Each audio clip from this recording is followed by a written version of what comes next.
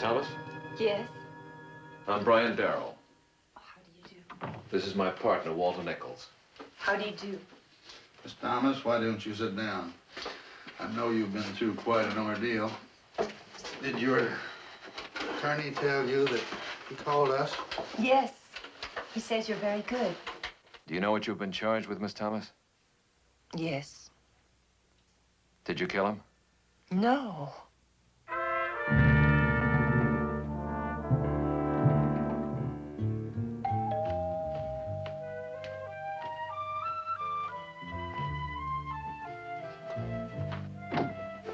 Oh, hello. Mrs. Wilson? Yes? My law firm has been asked to defend the woman charged with killing your husband. I'd hope we could talk. Why? Well, we'll have to talk eventually. It'll be much more comfortable for you here than on a witness chair. Won't it?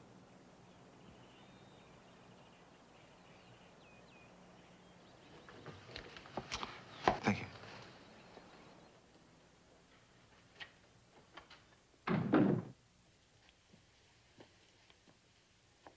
There's nothing I can tell you, really. Not even why your husband was using a false name? My late husband.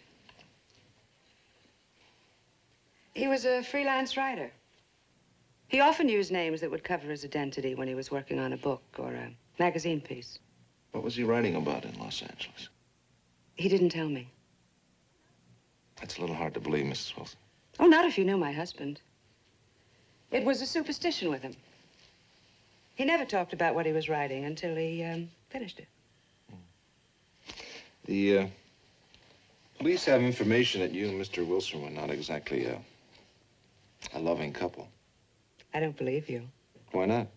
It's true, isn't it? Well, as a matter of fact, it is. But I don't think the police know or care. They have their killer. Miss Thomas, did you know the dead man very well? I think so, but only for a few weeks. Did you know his name wasn't William Wells? No, I didn't. His name was Martin Wilson. You didn't know that? No. You didn't know he was a married man? No. Was he? He lived in San Jose with a wife and 2 children. Miss Thomas, the police believe you killed him because you found out he'd been lying to you. Now, your fingerprints are all over the glass ashtray that was used to kill him. The cord from an electric clock was pulled from the wall just minutes before you ran out of that apartment. Now, don't you understand? We cannot defend you properly unless you tell us the truth. But I am. I swear I am. I went into the apartment and I saw him lying there. What were you searching for? Searching. This apartment was searched. Now, what were you looking for? Nothing. I mean, I did not search that apartment. I went in and I found him lying there and I ran out for help and then I fainted. Where were you last Thursday evening? You know, I'd tell you to get out of here if I thought you'd go. Try me. Would you? Go, I mean? If I asked you to? Yes, I would. So why not answer the question? I was here that night. In San Jose. And I'll bet you were alone. That's right. I'm alone a lot. My 2 boys are at summer camp. Well, I'm alone right now. Or, we are. Miss Thomas, whatever you tell us here is privilege.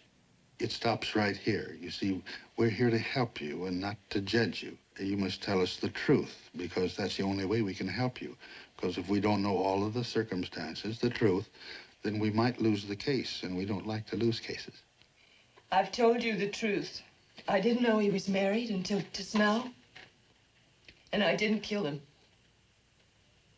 I was in that apartment for 10 or 15 seconds. Just long enough to pick up the murder weapon and conveniently put your fingerprints on it. Is that it? No. I stumbled over something. Something was in the way when I came in, and I picked it up. A heavy glass ashtray, Miss Thomas? Yes. I'm inclined to believe you, Miss Thomas. And I believe Mr. Darrow is, too. Thank you. Please remember, Miss Thomas, the way I spoke to you is nothing compared to the way the prosecutor is liable to. Look, Mr. Darrell, if you're looking for someone else to hang this on to, you can forget about me. I didn't care enough to kill him. So why don't you go talk to my late husband's girlfriend? She lives right here in the neighborhood. I'd like that. What's her name? I wish I knew. But I can give you a long list to choose from. I know that Barbara would never admit this, that's Martin's wife. So I decided to come down here myself and let you people know. Well, now, that's being an unusual and worthy citizen, Mrs. Mallory. Would you like to tell us what it is that Mrs. Wilson won't admit? The fact that she and Martin were about to get a divorce, and all the grounds were in his favor. What grounds? She drinks very heavily, to the point of almost blacking out every night. It's really very, very sad, but I think that Martin had just taken all he could take. You know this for sure? Well, it's common knowledge in Eastdale. That's where they live. Is that where you live? Yes, Are you married, Mrs. Mallory? I'm divorced. Have you gone to the police and told them what you just told us? No, and I won't. I won't be a witness because, as I said, it's common knowledge, but I never actually saw this for myself. Are you telling us you think Mrs. Wilson may have killed her own husband? No, but I know she resented him. She resented his success, his independence, and the fact that he didn't love her. Is this more common knowledge, Mrs. Mallory? But Barbara made no secret of it. You seemed very sure when you said Martin had taken all he could. He told you this himself, is that right? No, as I said, it's common knowledge. You can ask anyone in Eastdale. We will. I wouldn't say it indicated much of a struggle. There was a chair tipped over, an electric clock knocked off a table. Was the clock still running? No, the plug had been knocked out of the wall socket. The clock had stopped at 6:57. At what time did the police receive the call reporting the murder? 7:06, 9 minutes after the clock had been disconnected. Anything else about the apartment? It had been searched, drawers pulled out, oven open, closet disarranged, that kind of thing. Searched thoroughly. Kitchen, living room, bedroom, that thoroughly. Thank you, Sergeant Wade. Your witness.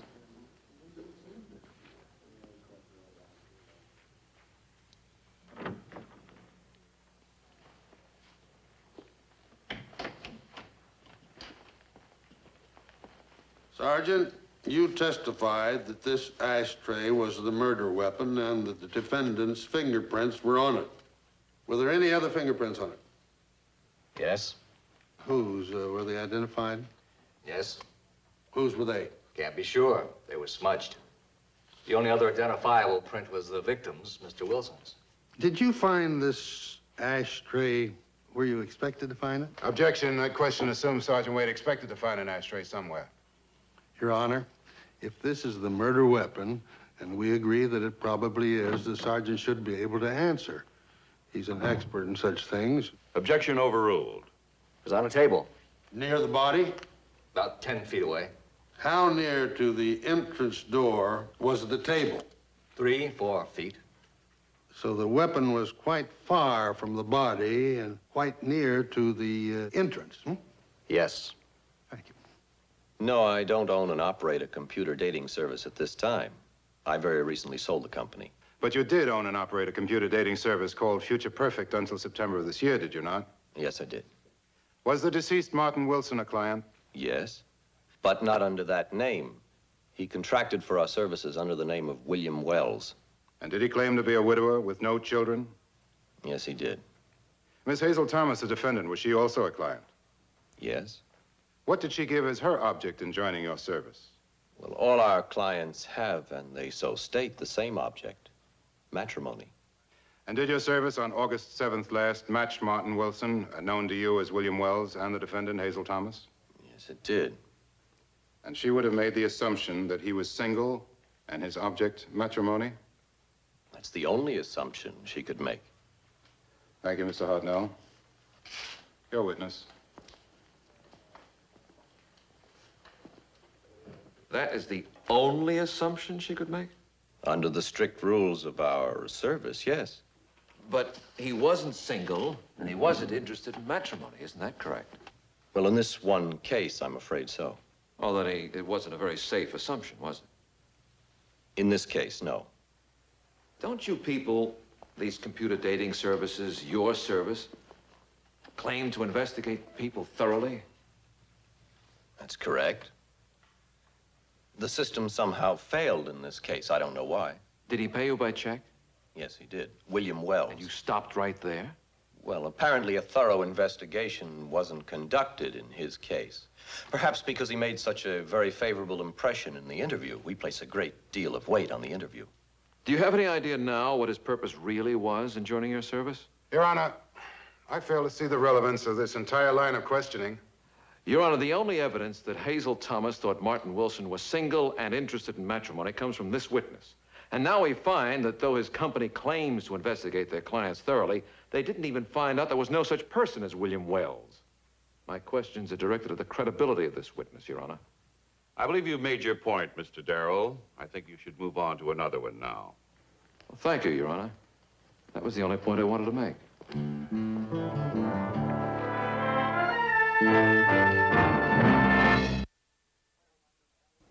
You solemnly affirm under penalty of perjury that the evidence you shall give in this matter shall be the truth, the whole truth, and nothing but the truth? I do. State your name and be seated. Hazel Thomas.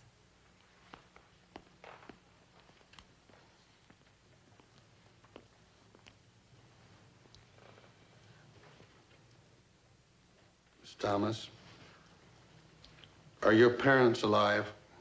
No, my father died when I was 7. My mother died a few months ago, before I came to Los Angeles. When was that you came to Los Angeles? I came here 8 months ago. You lived with your mother before that and took care of her. Yes. I also worked. What was your occupation? I was a school teacher until my mother's death. And what do you do now? My mother's estate came to a little over $300,000, so I didn't try to find work here. Why not? I wanted to meet someone and get married. And you finally met a man known to you as Mr. William Wells. Yes. When did you learn, Hazel, that Mr. Wells was a married man? Not till you told me the day after he died. Did you ever have a quarrel with this Mr. Wells? Never. I only saw him 4 times. Hazel, did you kill this man known to you as Mr. Wells? No, I did not. Now, Hazel, I want you to tell the jury exactly how you come to meet this man who told you that he was a widower named William Wells. I'd like for you to tell it to the jury in your own way, and I don't want you to leave anything out. Well, I came to Los Angeles because I thought I would meet some people here, but I didn't meet anyone. I joined a church, but everybody there was married or widows or men much too old for me. Then I started seeing these huge ads in the papers. They said that if you're lonely, they could find just the right person for you by using computers. The first service I joined was called Couples Forever. Well, look, we aren't a dating service, Miss Thomas. I mean, anyone can see that you don't need a dating service. Your problem isn't getting dates. It's meeting the right partner. Isn't that right? Yes. I hate to keep bringing this up, but what does your service cost? Miss Thomas, may I call you Hazel? We don't take into our service just anyone who applies. We turn away far more people than we accept. But you are exactly what we're looking for. In fact, you very much resemble a woman who joined our service about 5 weeks ago, and you won't believe this. But she married a man in Florida, of all places, president of a loan company back there who joined our service about, 5 months ago. So now they're couples forever.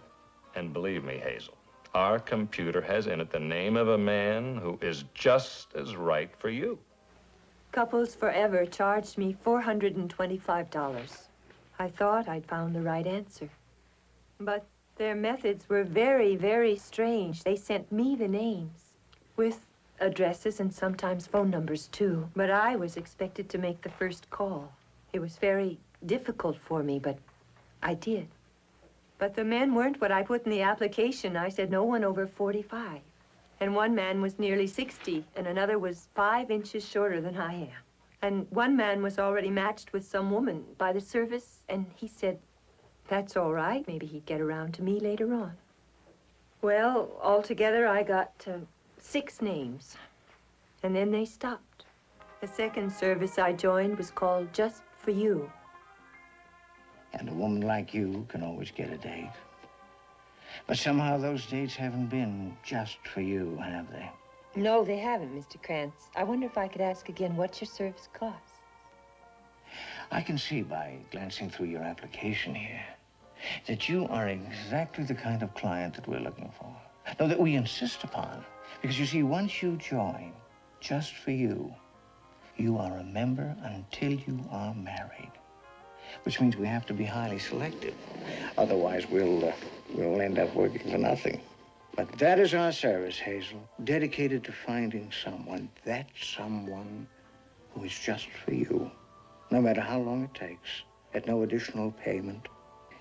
And I sense, no, I know, talking to you, reading your responses here, that in your case, it'll take no time at all. My experience with Just for You cost $575 and was very much like Couples Forever. The men were very strange. One man told me he'd never heard of Just for You. He was registered somewhere else. And another name they gave me, just a phone number. No one ever answered that number. And one man was a widower with 3 teenage children. And then the names stopped coming. I called Mr. Krantz once. And they told me he was out of town. Your Honor, we have been most patient, but I have to protest that this testimony is clearly irrelevant and immaterial. Your Honor, as I recall, the witness joined only 3 services in all, and also, since she's charged with first-degree murder, I hardly believe it's asking too much to give her a little more time, show a little patience. The witness may continue. Well, I joined Mr. Hartnell's service next. The ad for Future Perfect covered 2 pages and sounded, well, as if they could really help me. The problem for modern people today isn't meeting other people. We can be lonely in the middle of a crowd, can't we? Do you take cream or sugar? Plain, thank you. I can see that, it's quite obvious just from talking with you, that meeting people isn't a problem with you. No, it's meeting that one man with whom you can build a permanent future. The perfect future that we're all entitled to.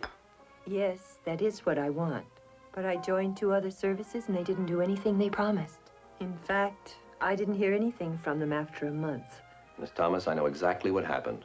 Don't even tell me the names of the services you joined. I already know them. Newcomers, fly-by-nights. But you see, Future Perfect has been in this field for over 4 years. We're one of the first. We have branch offices in San Diego, Santa Barbara.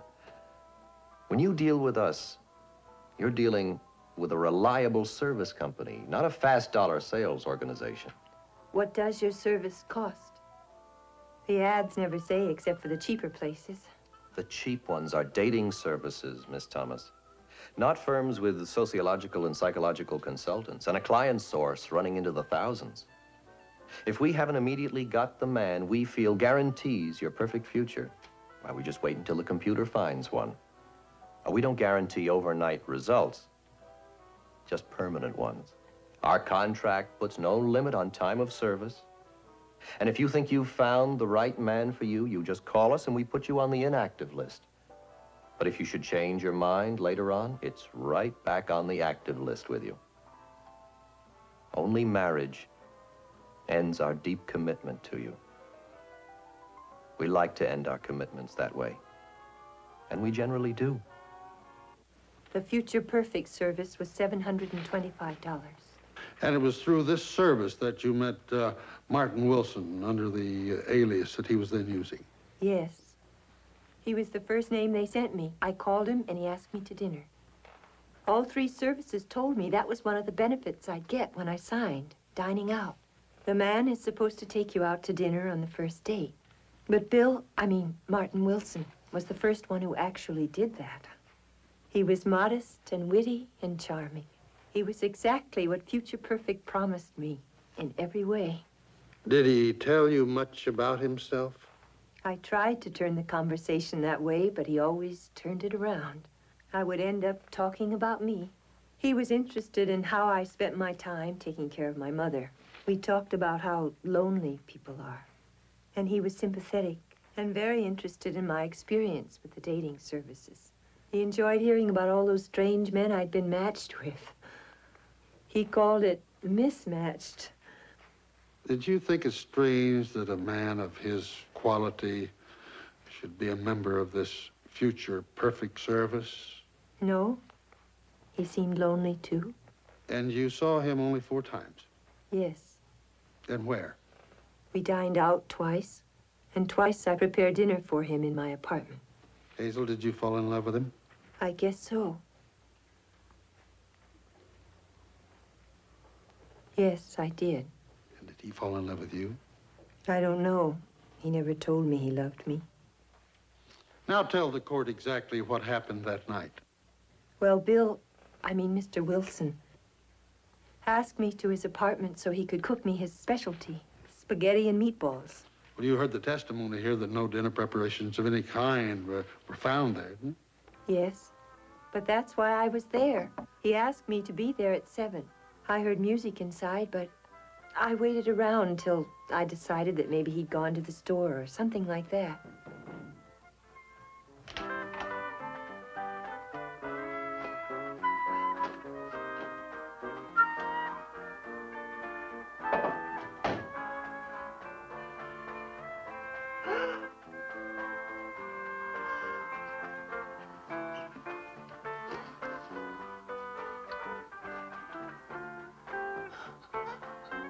After I found the body, I ran out for help. And I fainted. Thank you very much, Miss Thomas. The district attorney will now ask you some questions.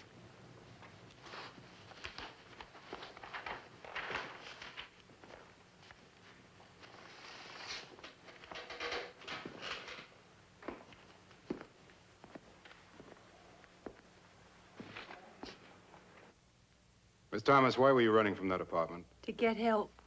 I thought he might be badly hurt. Wasn't there a phone in Mr. Wilson's apartment? Yes, I guess so, but But what, Miss Thomas? I wanted to get help. Somebody to help. Somebody to help to do what? Make a phone call you could have made? Objection, Your Honor. Mr. Skinner is badgering the witness. Sustained. All right, Miss Thomas, you weren't running to escape, you were running for help. But didn't you see a man in that corridor? Yes, I did. Well, did you ask him for help? No, I fainted. Miss Thomas, you picked this up from the floor, right? Yes. Just, put it down? Yes. I never even noticed it had blood on it? I didn't see blood on Well, it. there was blood on it, wasn't there? Objection! Sustained. Mr. Wilson invited you for his specialty, spaghetti and meatballs? Yes, he did. Were you and he in the habit of dining quite late? Well, about 8 or so. Well, you testify that you prepared dinner for him twice. That means you cook, doesn't it? Yes. Well, now, if you were planning on serving spaghetti and meatballs at 8 o'clock, you'd be doing something about it at 7 o'clock, wouldn't you? Objection, Your Honor. Sustained. Do you know what time you arrived? I arrived around 7 o'clock. 1 minute, one way or the other. Do you know what time you came running out of the apartment? A few seconds after I went in. Do you have a medical history of fainting spells? No. Ever fainted before? Yes, when my mother died and they told me. Well, you just testified that you thought Wilson was badly hurt, not dead, didn't you? Yes. No more questions. Any redirect, Mr. Nichols? Yes, Your Honor, but it's very late, and I'd appreciate permission to continue on Monday, please. Permission granted. The witness may step down. Court is adjourned until Monday, 10 a.m.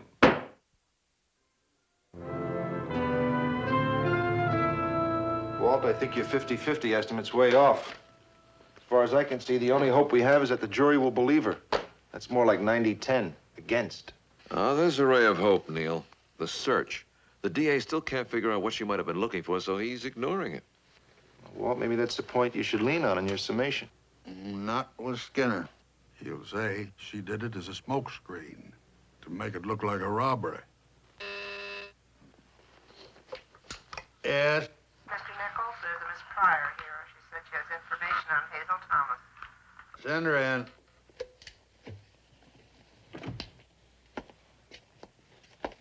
Miss Pryor, I'm Walter Nichols. This is Brian and Neil Darrow.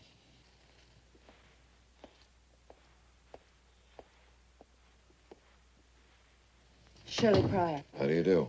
How do you do?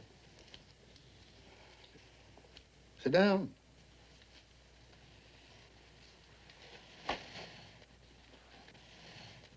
Well, Miss Pryor, what brings you here? I have something. I mean, I think it's important. Maybe important enough to get your client acquitted. Tell us, what is it you have? Well, it belongs to me. I mean, I have a legal right to it, so I think I should be paid for it. All right. Tell us what it is. It's what the killer was looking for in that apartment. You know who the killer is? No, but what I have will show you where to look. Miss Pryor, if we're going to do business, we have to know exactly what it is you have. When I get the money, and I want it in cash. How much money? $25,000 in cash. Pryor, do you realize the legal danger you're in withholding information in the murder case? Please don't try to frighten me. I knew you would, so I talked to this lawyer I know, and he told me to do exactly what I'm doing. I can get Hazel Thomas off, and she's got lots of money. She can afford $25,000. In other words, we buy a pig in a poke. We pay you and get what was stolen from that apartment. Nothing was stolen. The killer didn't find what he was looking for because I had it. All right, but if it doesn't help us, you see, we're out $25,000. Mr. Nichols, what I have will get her off. Isn't that worth $25,000? Yes, if it gets her acquitted. But I don't know that, do I? Well, you'll just have to trust me. Hazel Thomas will have to trust you. You see, it's her money.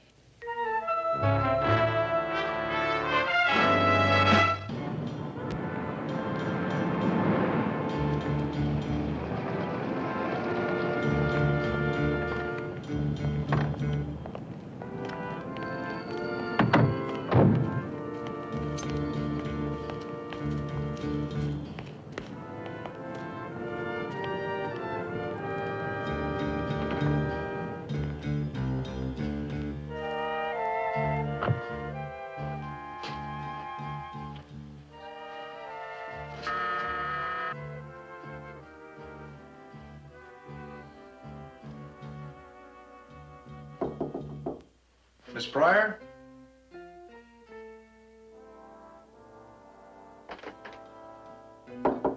Miss Pryor? Manager.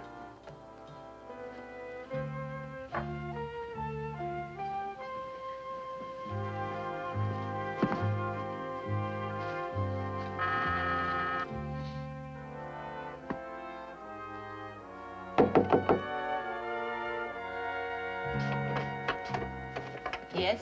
Sorry to bother you, but we had an appointment with Shirley Pryor at apartment E, and she doesn't answer. Oh? Well, whatever she was going to do for you, I can't. Oh, please, ma'am. She told us that she'd be in all day waiting for a call, and, well, it's rather important to her. We've been here twice already and called at least a dozen times, and we're afraid something might have happened to her. What do you expect me to do if it has? Well, we'd like to have a look inside her apartment. You want me to let you inside her apartment? You guys must be crazy.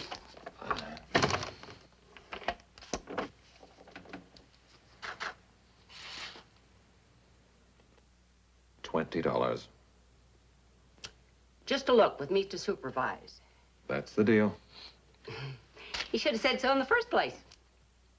You're a real sweetheart, you know that? What does Shirley do for a living? Used to work in the studios typing. Now she types here. You know, plays, stories, scripts, all that kind of junk they write here in Hollywood. Do you know that she gets 60 cents a page? You're kidding. No. Does she have a steady boyfriend? Nothing I know of. Usually not here on weekends. She goes out to her folks' farm out near Newhall someplace. At least that's what she tells me.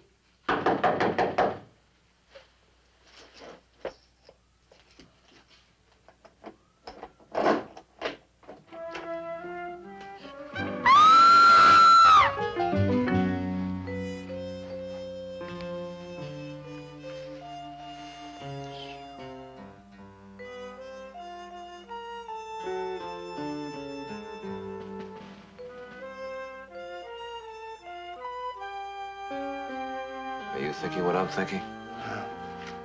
Boy, they sure made a thorough job of it. Nothing missed. Well, whatever it was she was hiding, I have a hunch they didn't find it.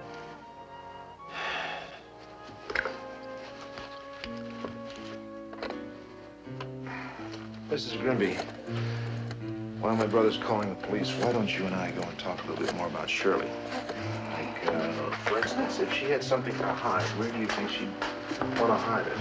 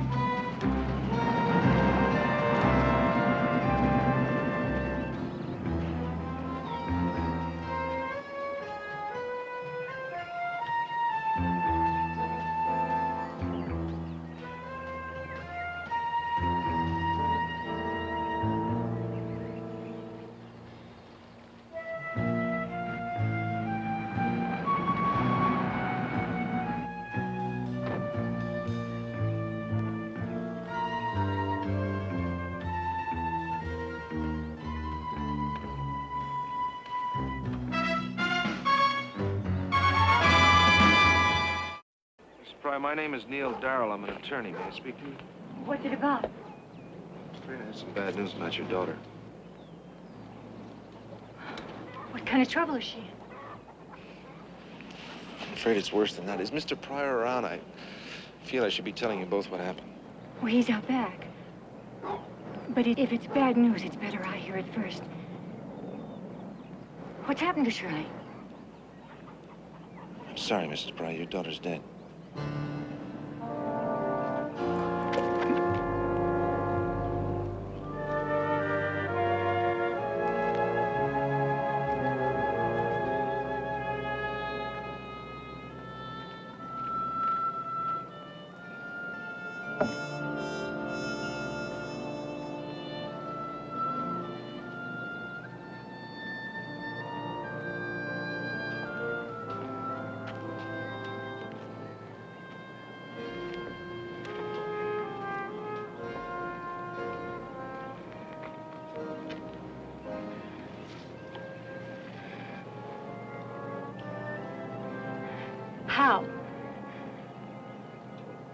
Was it a car accident?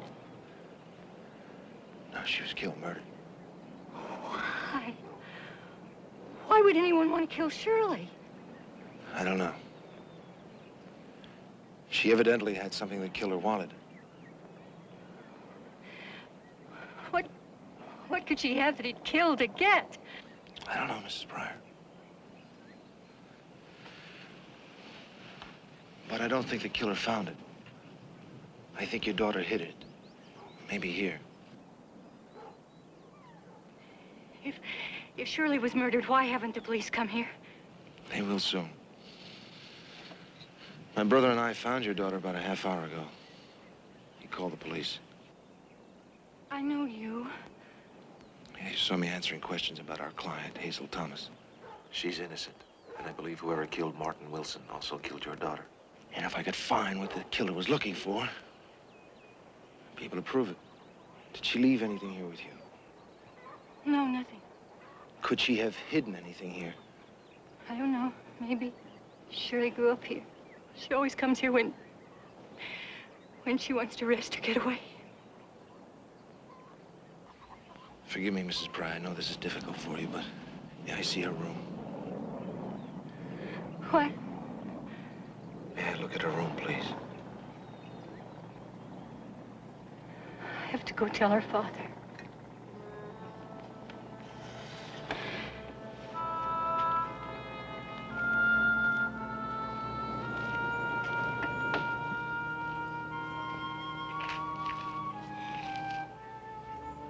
Her room's the first drawer on the left.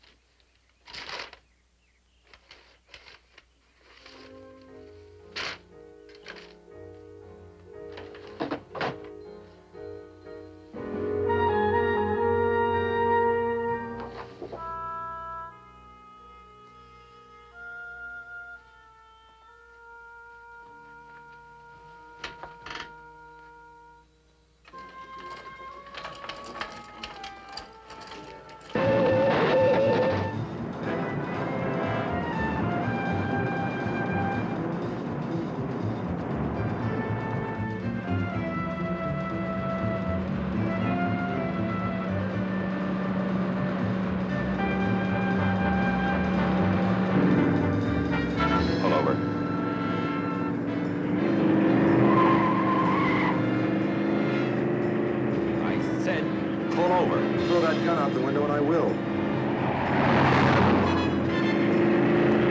Pull over, I'll blow your head off. You blow my head off and two of us will be dead. You better take a look at that speedometer.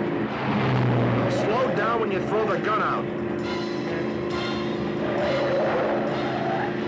There's a sharp curve up ahead. If I don't slow down soon, we both had it. Mr. Hartnell, you've got 10 seconds. Then it's too late for both of us.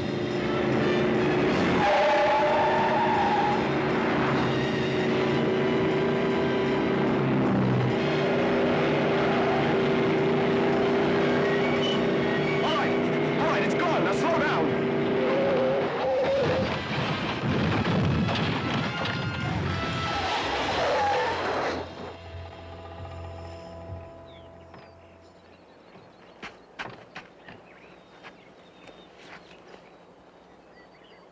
I found what you've been looking for. But you know that, don't you? Did you really have to kill him just to keep him from exposing that cheap racket of yours? I didn't mean to kill him.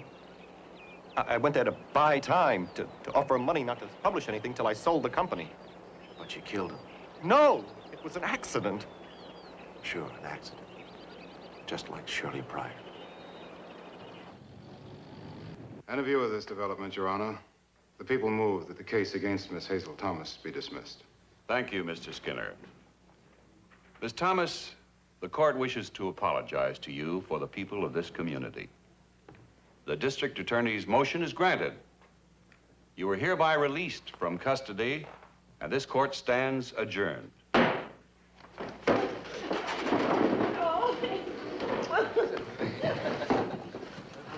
I offer my apologies too, Miss Thomas? Oh, don't apologize. You're only doing your job. Goodbye. Counsel, you did a good job for your client. And for once, a good job from my side. Thanks, Phil. It's all right, Hazel. Be outside. Yeah. Miss Thomas, excuse me. You don't know me, but I was a close friend of Martin Wilson's. And, will you testify that you didn't know if he loved you or not? Or at least he never said that he did. Well, Martin and I had lunch about 3 days before he was killed, and he talked about you. Well, not by name, but I know now that it was you he was talking about. And, he did love you. He told you that? Yes. Thank you. Thank you very much for telling me.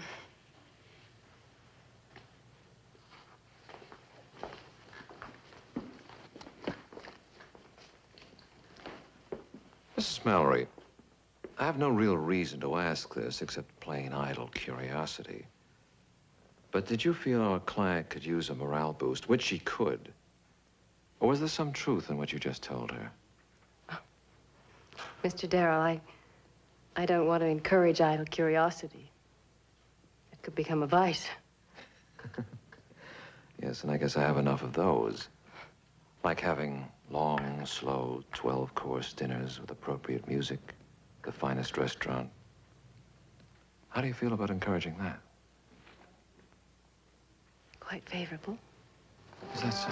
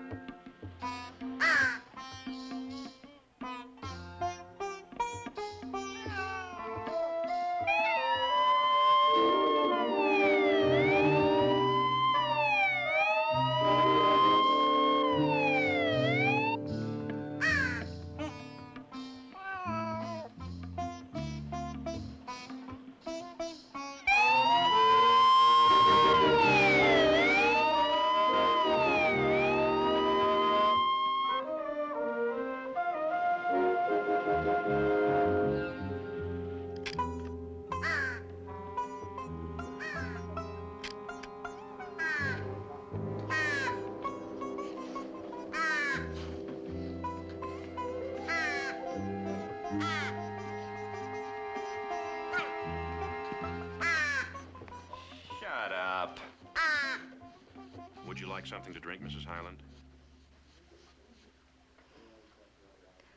I killed him. You don't have to make a statement without the presence of your attorney, I killed him. unless you insist on doing so.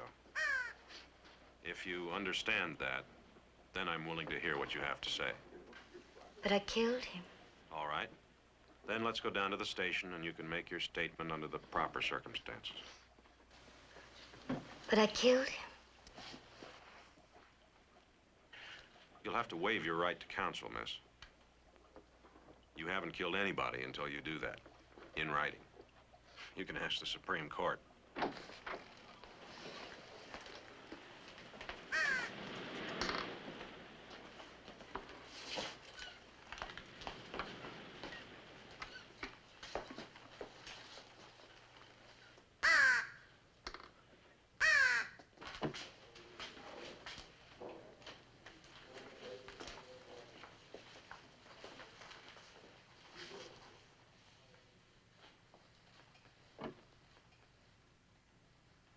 I am Rabindranath. Well, good luck to you. Thank you. Good luck reaches farther than long arms.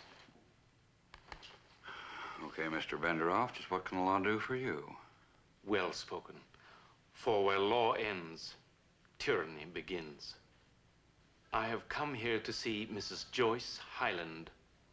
Well, somebody else is already seeing her, Mr. Benderoff. I am a very close friend of Mrs. Highland. Would you be good enough to let her know that I am here? In times of need, she always seeks me out. Indeed, I am more than a friend. I am an advisor, savant, guru. Wise guy. It'd be a lot easier on me and you if you'd tell me what happened. My husband and I were having a quarrel. About what? I'd rather not say. About another woman? I'd rather not say. And it is a simple truth, I tell you, that Mrs. Highland is in trouble and would wish to see me, however briefly. I ask you to please believe that and help us both, if you are able. Well, Mr. Ribbendranath, she's across the hall with the lieutenant. She's making a statement, but now you sit down right over there, and as soon as she's finished, I'll see what I can do. I thank you, friend.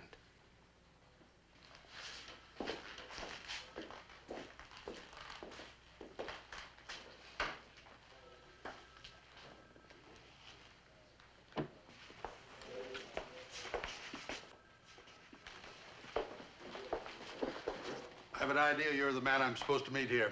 Are you Mr. Nichols? Right, and this is my associate, Mr. Darrow. How do you do? And you're Mr. Rabindranath. Right. But please, not Mr. Any handle you want. Now, let's stroll over here to my office. All policemen have tired feet and sleepless ears.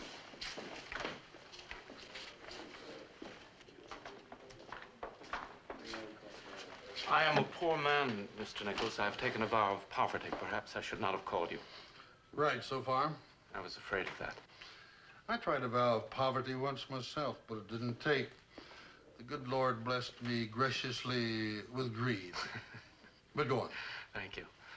One of my dearest friends is here being questioned in that room, I believe. From what I can understand from small knowledge I picked up, she is confessing to a murder. She is without legal help, and I thought it urgent to get her a lawyer. I wanted the best, which led me to call you. Am I right? About a lawyer, yes. About me, maybe. Did she request me? It's Joyce Highland, isn't it? How did you know that?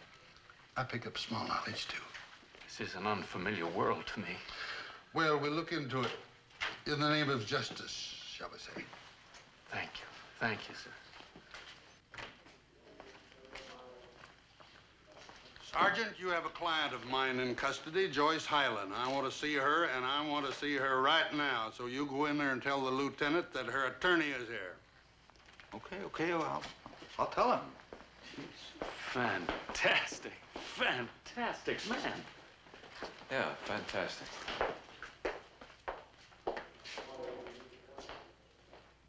Lieutenant Henshaw, the lady's attorney's here to see her. The lady doesn't have an attorney. And why the devil not? Because she's already signed a statement, and she waived her right to an attorney. You can't get away with that, Lieutenant. Oh, let me try, Walt. Is this man your lawyer, Mrs. Highland? I'll improve that question. Do you even know who this man is? I'm Walter Nichols, ma'am. I'll ask the question again. Is this man your lawyer?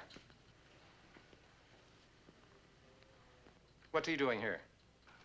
Let her answer the question, Lieutenant. You ask it. Is he?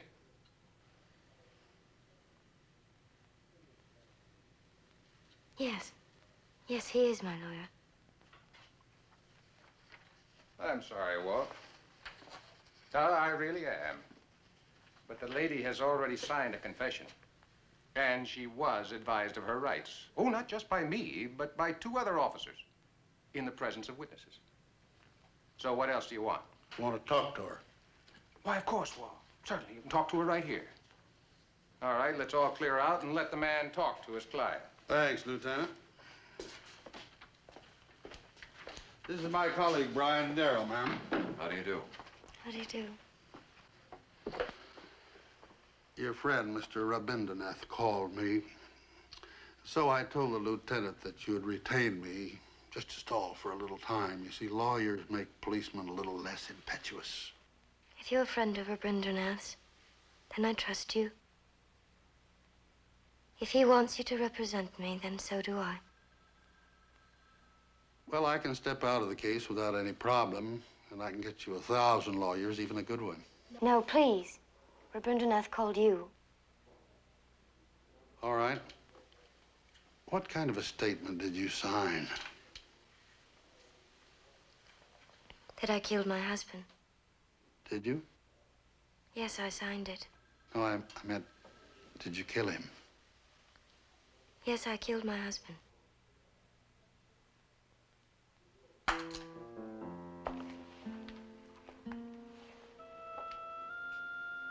Thank you. Walt, maybe we ought to talk to our client later. Let her get some rest.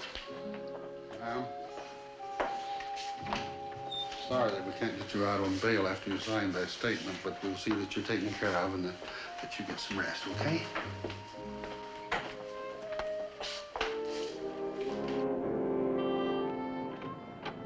Lieutenant, let me read the statement she signed. He can be friendly when he's ahead.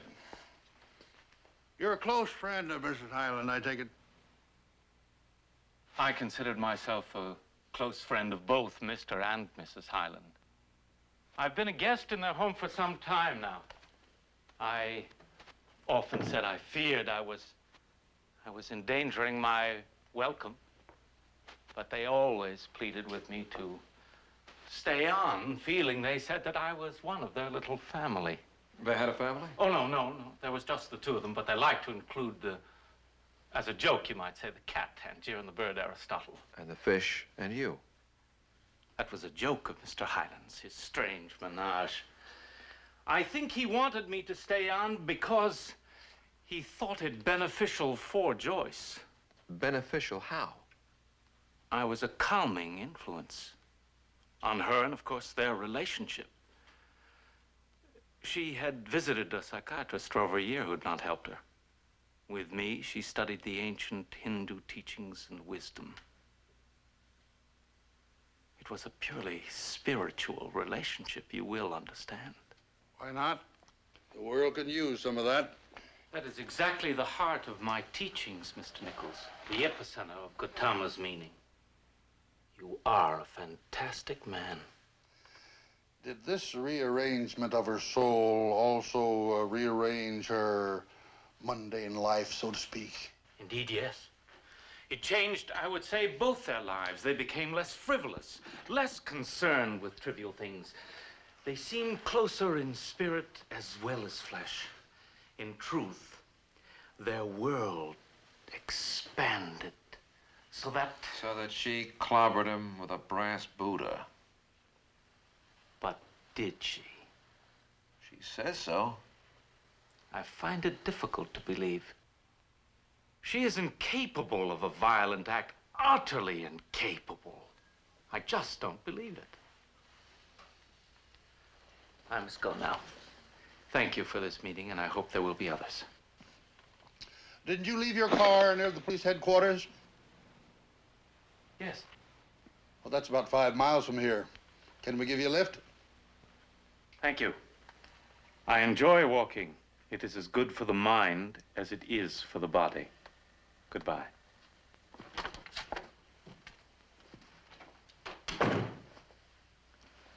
I find him difficult to believe. Yeah, he makes more sense than you might think.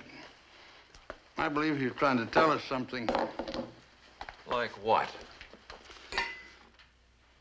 Like maybe the woman who found Joyce Highland there with her husband's body didn't tell the whole story. Walt, you and the guru are not in my wavelength. What'd you find out? For example, how much money does our client have? Millions. Merrill Highland was the richest poet and musician since Nero. Everyone loved and adored him. Almost everybody. Yeah, well, the transistors of the world will be at half-mast. He was as great as Dylan. Dylan who? You are an old, old man. Tell me about this dude, this Swami. Well, let's see. He was born in Salem, Ohio. His parents, 2 members of the silent majority.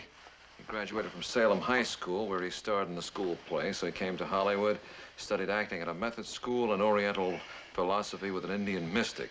No criminal record except one old marijuana bust. Walt, do you still want to take this case?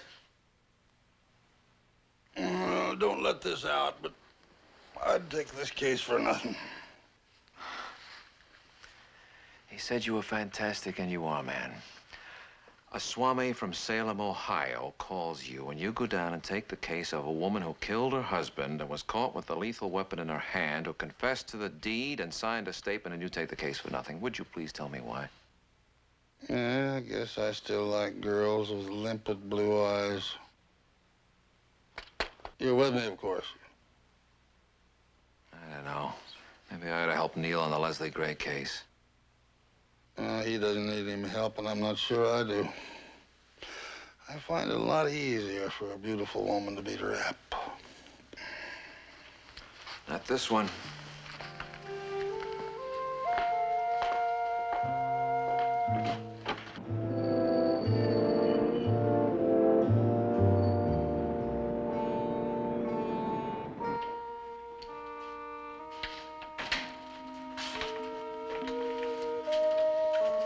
Well, Mrs. Highland, did you have a good night's rest? I'm sorry? I say, did we have a good night's rest? Did you? Me? Oh, my goodness, I haven't had a decent night's rest since World War I. That's why I'm fat. I live in the kitchen, and all my books are sticky with cookie crumbs. I'm sorry, I don't remember you. I don't remember either of you.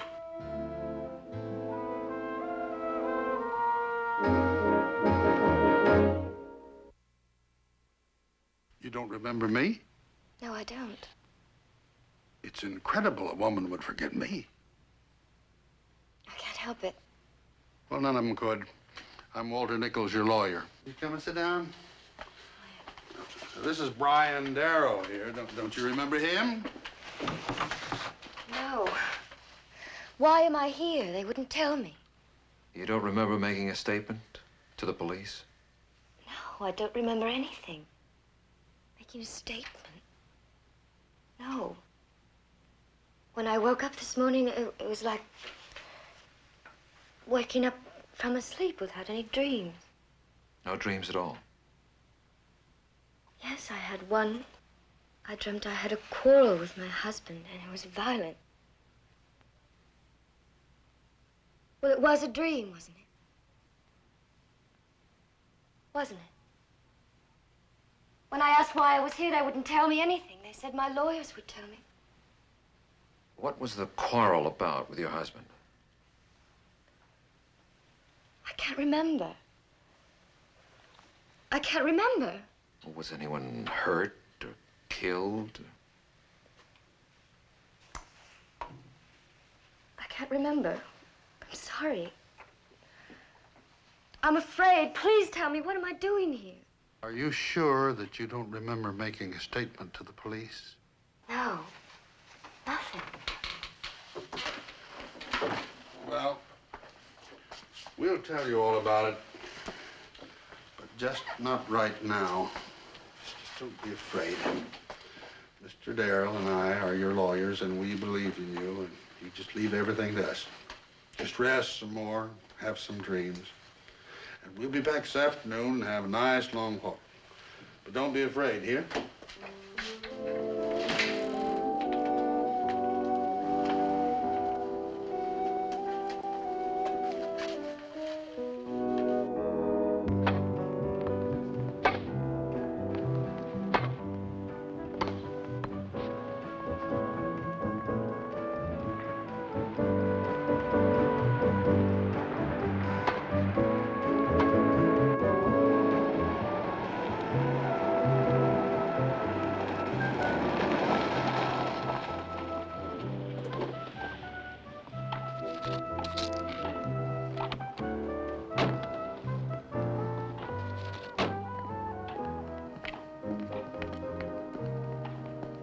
I have just made a profound decision, Walt. Well, don't you want to hear it? Oh, I think I know it. You want to plead her insane. Brilliant. As Rabindranath says, you're fantastic. Stubborn, too. I think we can get her acquitted. Acquitted? Well, how? Well, if I knew that, we wouldn't be calling on Helen Steele, would we?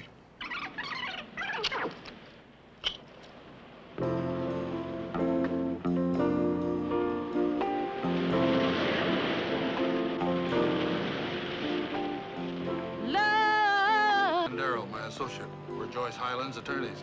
How do you do? How do you do? Is that one of Merle Hyland's songs? His last hit. The one I didn't introduce. You might say that I introduced the world to Merle Hyland. Would you like a drink? No, no thanks. Too early. 5,000 years of poorly recorded history and a drink is too early. You must think the world will go on turning. I don't. Good. What do you have? A beer. Thank you. Is the can all right? The cover's never important. Unless it's mink. No, that just makes it expensive. True enough. If you're over 30, you can sit down. Out here, I think I could lie down. I like this one. What kind of a creature is he? Fantastic. I suppose you want to know all about it. If you don't mind. I don't mind. I just went there and walked in. And there was Merrill lying dead on the floor. And there was Joyce, all freaked out, holding the Buddha, staring at nothing. I could see he was dead, but I called the ambulance anyway, and they brought the police. I never saw anything like it. And I never screamed before in my life, but I screamed then. Did she say anything? No, just sat there. She didn't say she killed him. How could she say she killed him if she didn't say anything? Well, she did later. She said it to the police last night. Well, that's a relief. I've been waiting for someone to say that I walked in and killed him and then called the law. Did that worry you? Sure. You see, I have this freaky, psychedelic type imagination. I could imagine some dumb detective saying to me, "Isn't it a fact that you killed him and Mrs. Hyland found you and went into shock and then blew her mind?" Now, why would the dumb detective say that? Because I knew Merrill before he married Joyce, and after. We went down the primrose path together. He wrote the music, and I made it sound better than it really was. Now tell me something. Why should a marriage get in the way of our thing? Hasn't that same dumb notion occurred to you? Aren't you here to test it and probe it a little? No, it hadn't occurred to me. But I like it. Glad to be of help. Then there's her guru.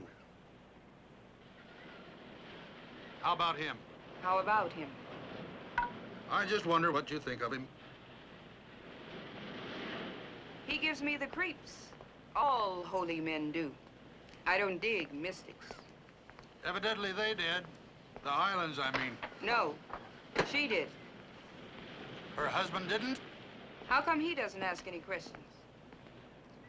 He just records the answers, like your tape machine. He has total recall. Really? You have, huh? Mm-hmm. Well, thank goodness I don't. No. I don't know how Merrill really felt about the guru. I know how I felt. They're all broke. They're all fakes with eyes like empty safe deposit boxes. I can give you more beer, but there are no more answers. No, thanks. I think we'll be going. Sorry I couldn't be of help. No, I take that back. I'm not sorry. And I don't like Joyce either.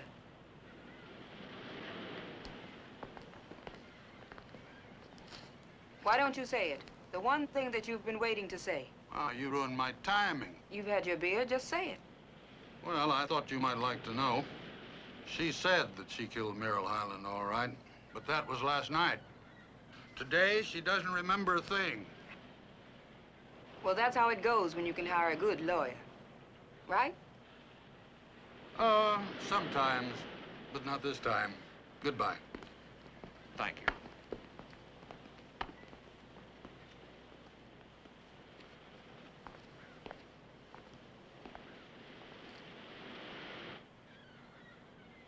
Oh, you enjoy this, don't you? Playing detective. Wally Nichols, private eye, fast with the booze, two-fisted, attractive to women, full of phony innuendos. Don't you know you went out of style in the 30s? Genius is never out of style. Oh! Well, what'd you think of her? Oh, she sings well. All right, but let's get another opinion. No, don't tell me. Rabindranath's. Well, he won't make sense, but he might lead us someplace. Unless, of course, you want to take the easy way and plead our client insane. Fantastic.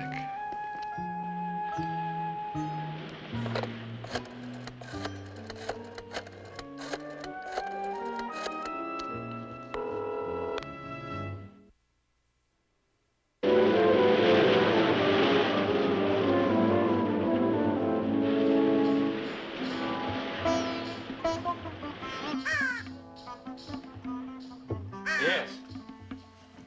Miss Steele was indeed a talented singer. Not as in my own country. Ohio? I meant, of course, my adopted land. Hollywood. It's so very difficult for me. How did Miss Steele get along with our client? They seem to have a perfect understanding. I mean, it was only on the surface. Who can penetrate the human heart, Mr. Nichols? Oh, from time to time, I do. As Jeremiah said, it is deceitful above all things. Oh, yes, indeed. There were no tensions between Helen Steele and Joyce. There were no tensions in Joyce's life once she stopped going to her psychiatrist and began learning with me the wisdom of the inner self. What did a psychiatrist treat her for? $50 an hour. Forgive me. No man should scoff at his brother. Even though he believes the human soul can be tranquilized by chemicals and voyages into one's infancy. You probably know her psychiatrist. He has a form of notoriety that passes for accomplishment. He writes books about sex as though it were a form of karate. Dr. Grundig, as I recall him, a gross man, sustained by pills and vanity.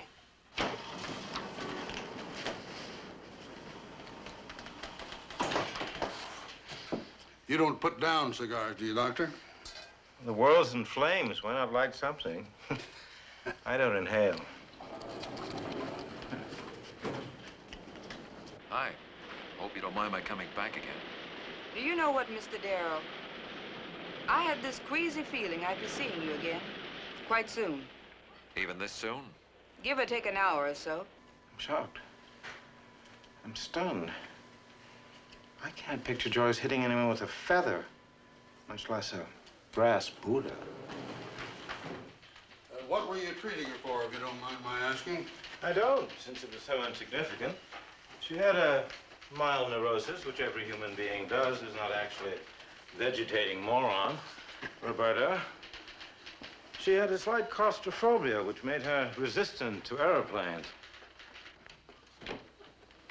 Which didn't really matter, because she hated travel.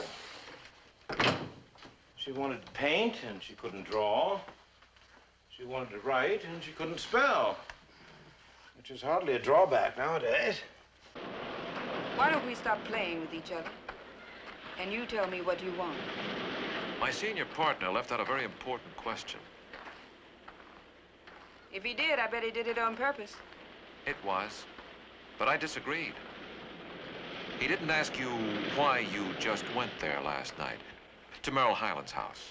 Your senior partner is obviously a man with deep, intuitive insight. He's even been called fantastic. Why did you go there? The police didn't ask me that question, and I didn't tell them. I don't see why I should tell you. To stop me from asking it again, after putting you in a witness chair under oath and in public? Well, yesterday she made a confession and signed it, but this morning she doesn't remember the killing or the confession. Not too unusual. Her mind rejects the tragic scene.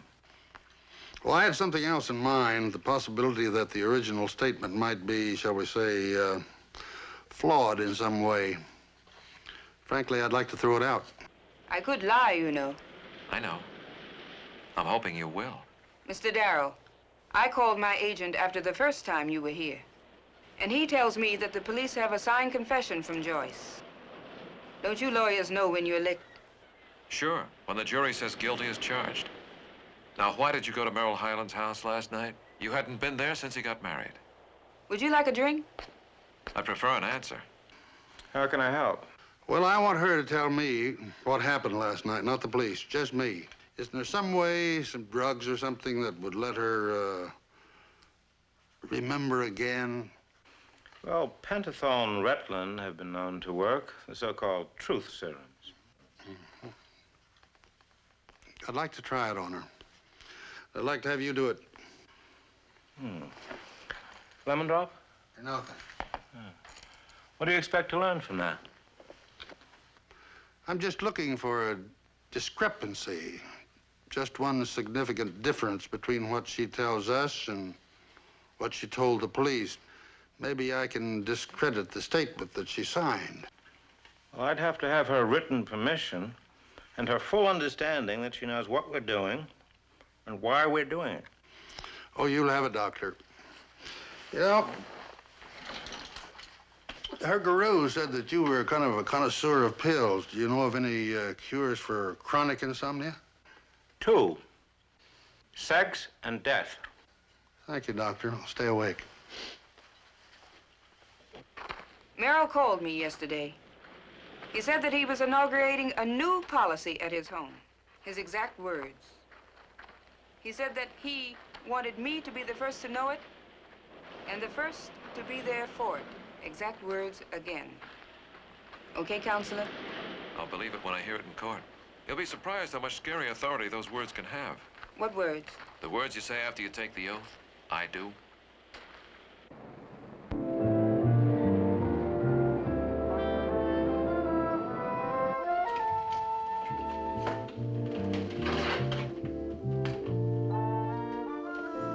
I hope I remember. You will, Joyce. I want to know the truth. You'll tell us what you know.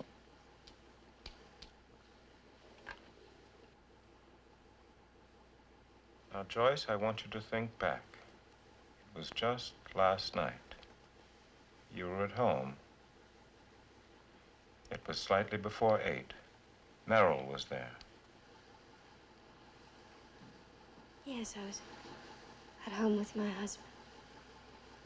Were you and your husband alone? Yes. My husband and I were alone.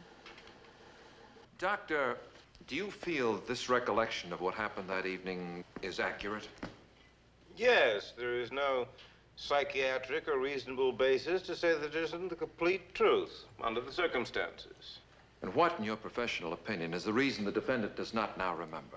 The defendant does not now remember because she is not under sodium pentothal and Retlin. If I were to repeat the treatment, She would temporarily recall the memory, but it is a very painful memory. She's trying to block it out. She could not recall it without clinical psychiatric treatment. Never? Eventually, she would recall it, but it would take time. Under the treatment, did she state exactly what happened that night? Yes, she did. Doctor, have you read the text of her signed confession? Yes, I have. Did she say, while under the influence of the drugs you administered, did she recall the events of that evening in the same manner in which she stated them in her signed confession? She did not. Doctor, in your professional opinion, was Mrs. Highland capable of killing her husband? She was not. Your Honor, I would now like to ask the court's permission to place in evidence the tape recording of Dr. Grundig's session with the defendant. Your Honor, that evidence is inadmissible. It's out of the question. Gentlemen, both of you please approach the bench.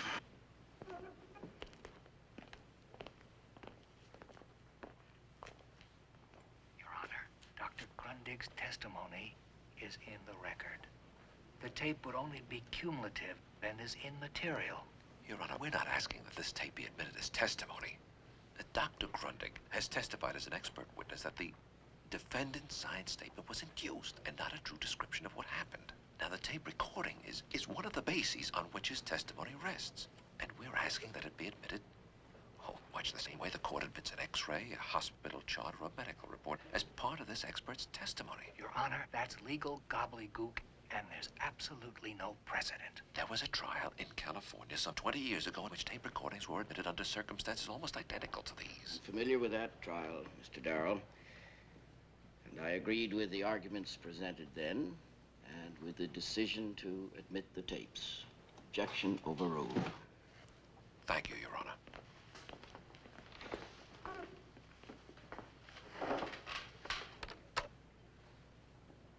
Merrill had come home. A little drunk, it seemed. And we had started this quarrel when Rabindranath apparently heard us and came into the room to make peace. Don't make peace noises at me. Hear what this argument is about. Why can't we act like cultured people? Because nobody here is cultured. Especially this phony. You're not the guest here. We are. I can't come home anymore without running into some of your glassy-eyed friends and feeling like an intruder. You had only to speak, Merrill, and I would have left the house. Yeah. If I don't speak the way you say, then you become a permanent resident alien in here, part of this fish, cat, bird menagerie of hers. I finally sobered up and I took a look around. This friend of yours casts spells. He puts you under, and then he rifles your pocketbook. He's even got this bird talking his lingo. One day, this bird is gonna wake up in a pawn shop. Pack it in, man. You've had it. Just get your things or mine and get out. Split! Merrill, please don't do this. At least let's discuss it. Calmly. No. He'll start that mumbo-jumbo and we'll all be walking through marijuana land hand in hand. Now, mister, you're finished. Beat it! Merrill, I've never seen you like this. You're disgusting. Honey, you've never seen me at all. Now, mister, you've got 30 seconds to vanish. I would like to remind you, Merrill, that it was not you, but your wife who sought my help and invited me here. And I believe that under the laws of California, this is her house, too. 20 seconds, creep. I'm not pleading for myself. If I were to leave here tonight, 100 doors would open for me. I am pleading for Joyce. 10 seconds, creep. Merrill, my friend.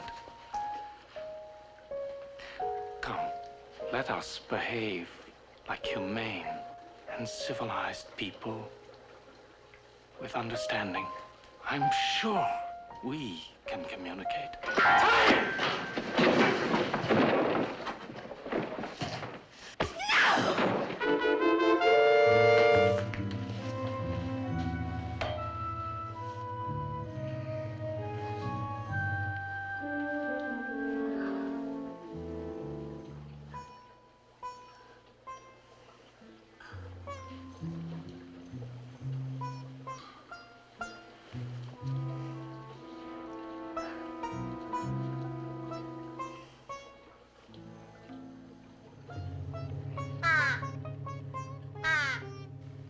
Joyce? Joyce? Joyce? Joyce, listen to me. Listen to me. Listen to me. Listen to me. You're going to tell them that you did it. You had a quarrel and a struggle, and you did it. You hit him in self-defense. Remember, you will be all right. Nothing can happen to you. He knocked you down. You hit the table and fell, and he came after you. Remember, you will be perfectly all right. You are a woman, and they will believe you. They would try to destroy me, Joyce. You mustn't let them do that. I was not here. You had a quarrel and a struggle, and you hit him and killed him in self-defense.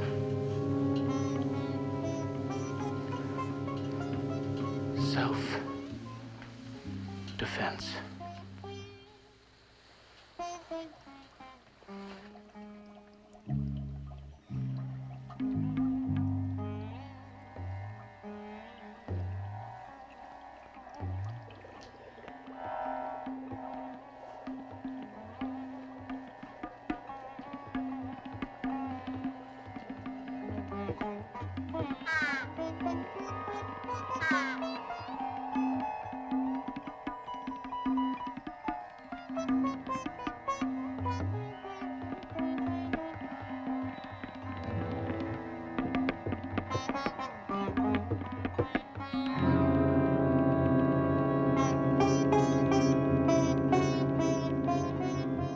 Mrs. Highland, do you swear by Almighty God that what you have just told us is true?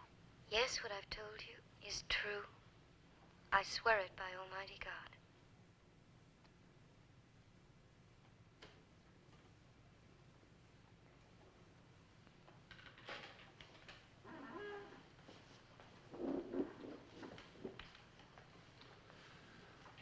Dr. Grundig, in your opinion as a psychiatrist, as a highly esteemed man in your profession, would it have been possible for this person, the defendant Joyce Highland, to commit the act for which she is charged, namely a murder? In my opinion, no. Would it have been possible for the defendant to have lied or told an untruth under the conditions that existed when this tape was made? No, not possible. Thank you, Dr. Grundig.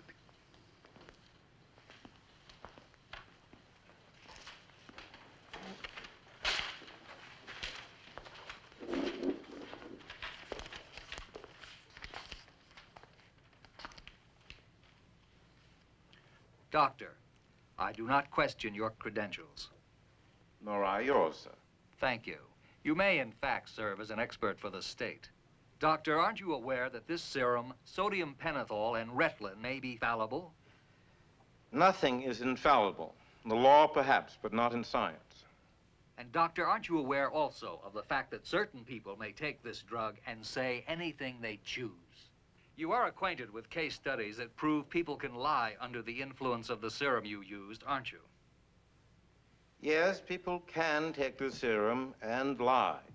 Science concedes that there are pathological or congenital liars, but Mrs. Highland is not one of them.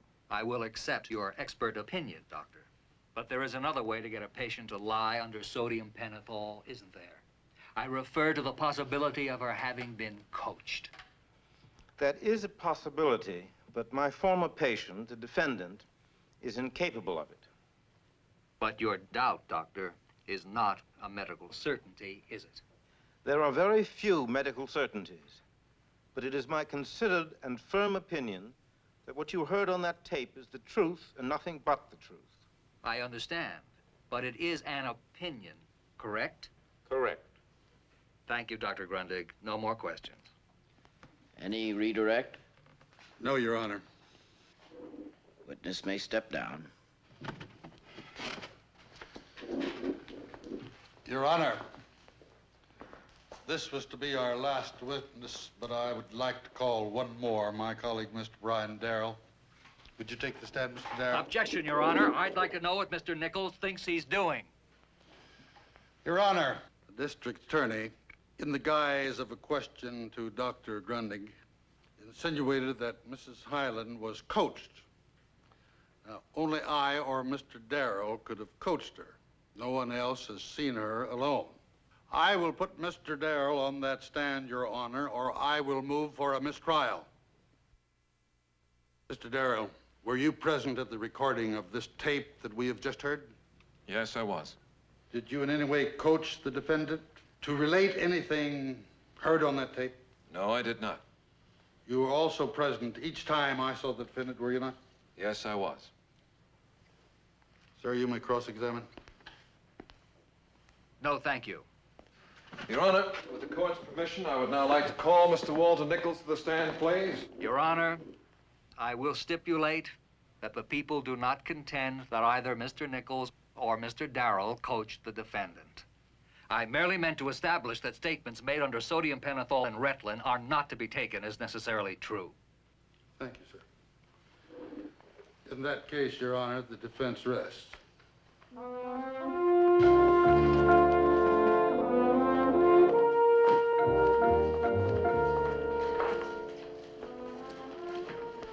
Any hope, Master? You just watch.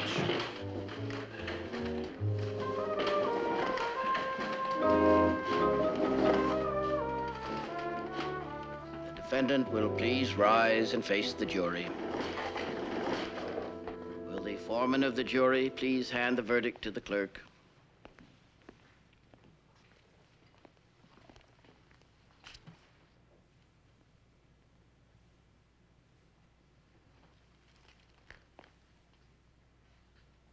We, the jury, find the defendant, Joyce Highland, not guilty. I wish to thank the jury for its verdict. The defendant is released from custody. This court stands adjourned. Fantastic.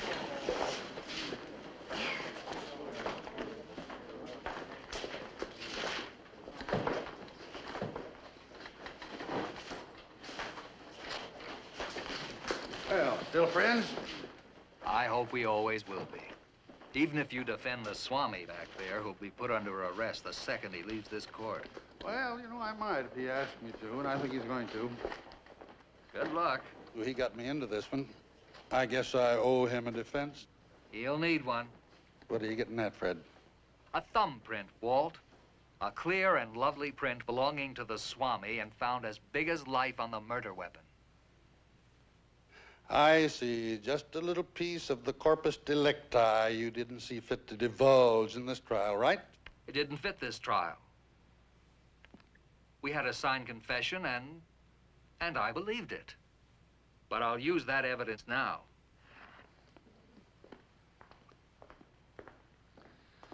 Fantastic.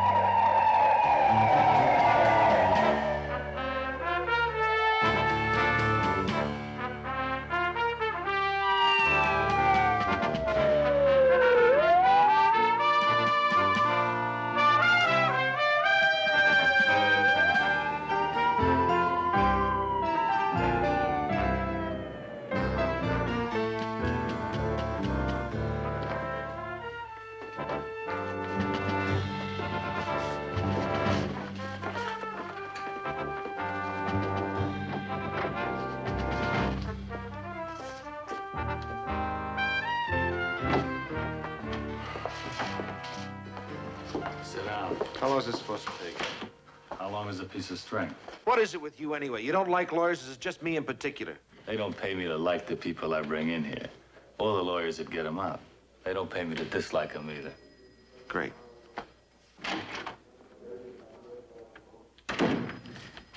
I'm Lieutenant Miller. Who's Adolf Zinner? Oh, come on, Lieutenant. Your men haul me down here without a word of explanation. Now you come walking in here and start throwing questions at me. I'm not answering your questions. Not until I know why I'm here and what I'm charged with, if anything. And maybe not then. For people who don't know their rights, we have a small speech worked out. Shall I recite it for you? I know my rights. Fine. Sit down, please.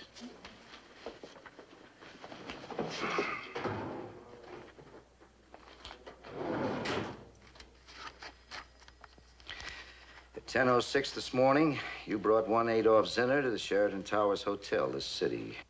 You instructed the manager, known to you personally, to give Zinner the best accommodations available, that you would guarantee all bills he might run up, including possible purchases in the hotel's shops. Zinner signed the register, but failed to list a permanent address. You accompanied him to a Towers suite. You tipped the bellhop. As far as we can find out, nobody saw you leave that suite. At 11:31 this morning, Zinner left his hotel room through a window, 12 floors straight down to a very hard sidewalk. Suicide? Suicides open windows before they jump. Zinner went through the glass. As far as I'm concerned, that makes it murder. 2 questions, Mr. Darrell. Who is Adolf Zinner, and where were you at 11:31 this morning? Well, I wasn't in that hotel room. Not at 11:31. I'm sure you can prove that. So am I. Which brings us back to the first question. Who is, or was, Adolf Zinner? I can't answer that. Why? Well, that would be answering it, Lieutenant. Look, Mr. Darrell, a man was killed a few hours after you brought him to Los Angeles. Now, I don't want you handing me a bunch of legal bull. I want you to tell me why you brought the victim to L.A. Was he a client? What's the matter, Darrell? Is it against your politics to cooperate with the police department? I'm sorry, Lieutenant. I wish I could help you, but I can't. You can't or you won't? Both. They're ready with the lineup, Lieutenant. Right away.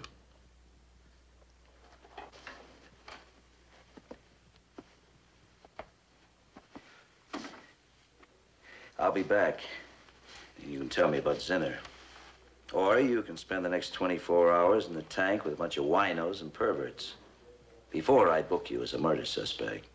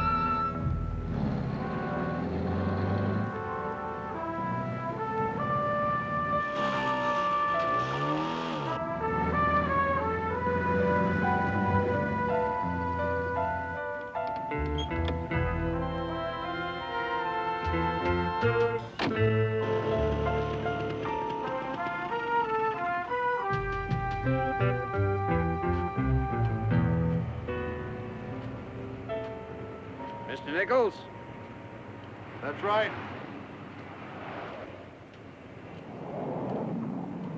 I'm Leslie Gray. My partner, Mr. Neil Darrow. Mr. Gray? I thought there were 2 Darrells. Oh, my brother's in court today. I see.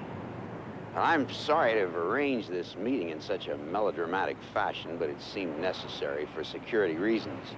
But we'll get to that later. First, you'll want a retainer. Nobody actually retains a criminal law firm, Mr. Gray, unless he's planning to make a career out of crime. My corporation is in a proxy fight over the control of Beaumont Electronics. Yesterday, I learned that the board of directors of Beaumont had hired a firm of criminal attorneys to look into my past. And that bothers you? If you mean, do I have something to hide? Yes. But I have to know if I'm vulnerable. And if so, just how vulnerable. I understand that your firm does its own investigative work, and I want you to do what they're doing. But you'll have a head start. Now, this contains basic information about me. Data that the Beaumont lawyers will need time to ferret out. And don't be confused about my name. My passport reads Alfred Leslie Gray, but I stopped using the Alfred several years ago. Well, it'll have to be Mr. Darrell's decision. See, I'm carrying too many years and far too many pounds to go out ringing doorbells. Well, Mr. Darrell? Well, how much time do I get? As much as it takes.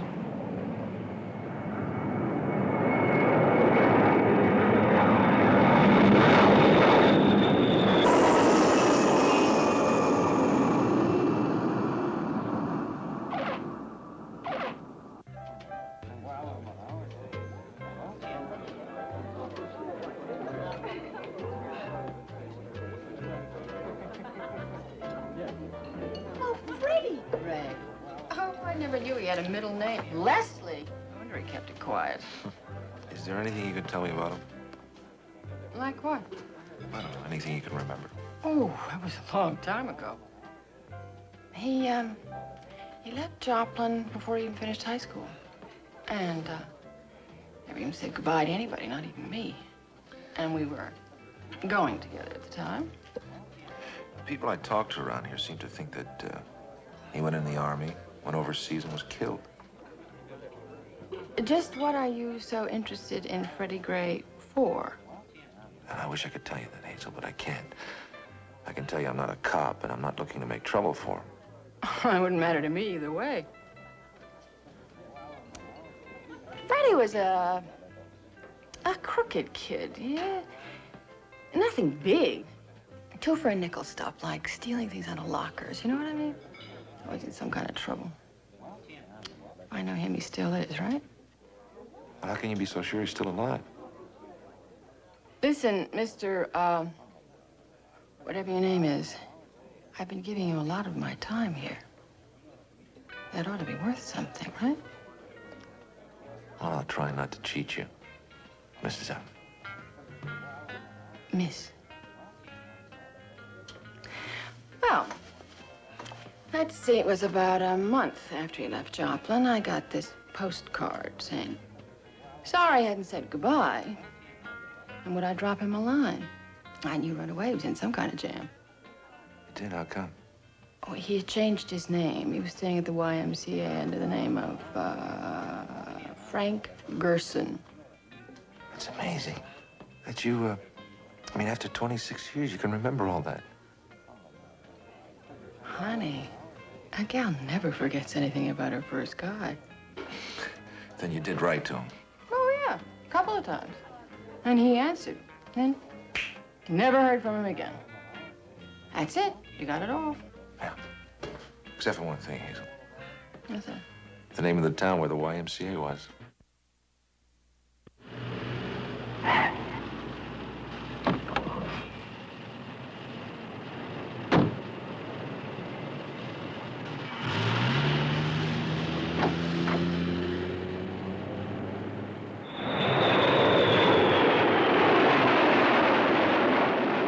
Longhorn Garage. Man, you're really going back. Got to be a good 25 years. The law closed them down. Law? Yep. Running a hot car farm. I was working directly across the street when they made the raid. Do you remember any of the people working there at that time? Cup of coffee now and then was about the only socializing we did. How about a Fritz Gordon? Remember him, about 20 years old? After this long? Police station's right over there. Maybe they could look it up for you. Thank you.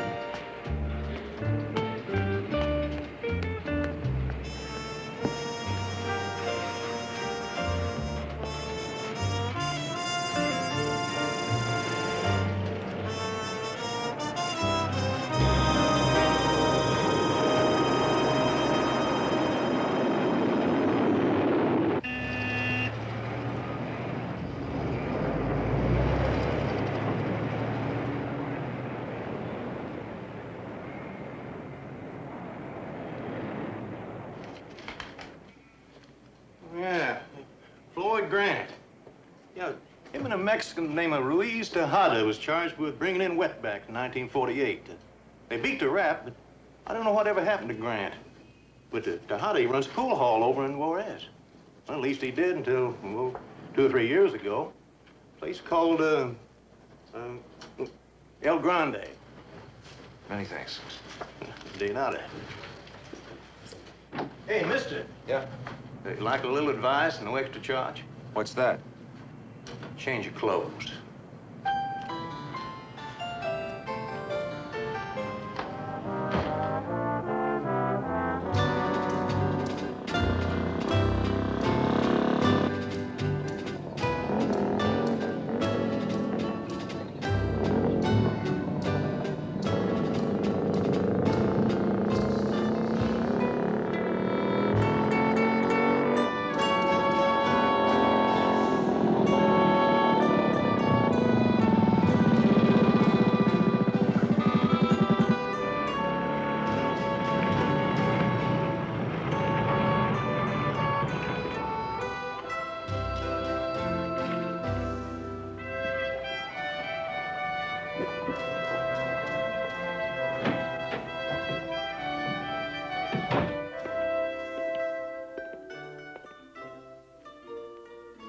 Page 93, senor.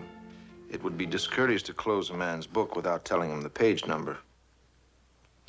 Especially a book by so distinguished an author. Ah, you have read Goiti Solo, senor. With the same admiration and envy that Hemingway had for him. I am Pedro Delgado. As the humble owner of the Hotel del Postijo, in what manner may I serve you? A room for a few days? With a bath, por favor? Sí, senor. Un baño. This room I have, the cleanest in all Mexicali. The bath is just a few steps down the hall. Unfortunately, the water is not always hot, but it is always wet. It distresses me to say this, Senor Darrell, but since you do not appear to have the usual luggage, I fully understand. Muchas gracias, senor. The room is up the stairs, the first one to your right. Muchas gracias.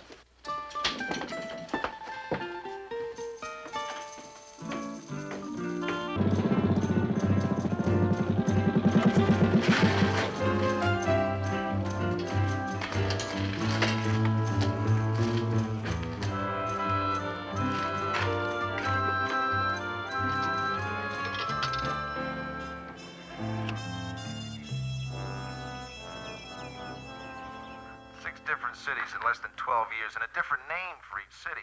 Not that he spends all his time packing suitcases.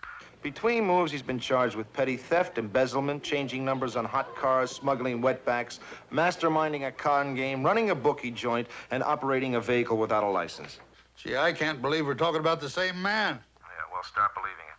Leslie Gray may be a big man in corporate boardrooms these days, but he got to start as a cheap crook. You list crimes he's been charged with, no convictions? $5 for no driver's license, period. What's the situation at the moment? Oh, well, you find an item on my expense account. Cash to a rejected brunette. 500 pesos. She says Gray, calling himself Felix Gardner, walked out on her in Juarez a few years back. She thinks that he came here to Mexicali and stayed at the Hotel des Postigos for a while. It's owned by an ex-pickpocket named Pablo Delgado, and it's been a hangout for cheap crooks for years. You think we ought to let Gray know what we've learned? He may decide Neil's found out too much already. Nah, using an alias is not illegal. And you can't scare a man by proving that he paid a $5 fine. Whatever Leslie Gray is afraid of, Neil, you haven't found it yet. I suggest that you keep on digging. I never intended to stop. So long.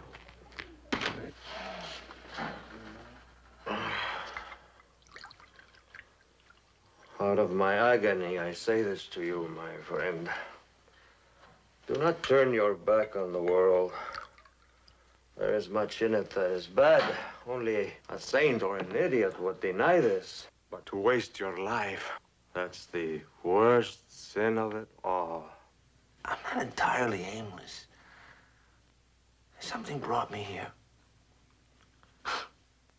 As a boy, my closest friend was my cousin. He was 10 years older than I am. But he was yourself.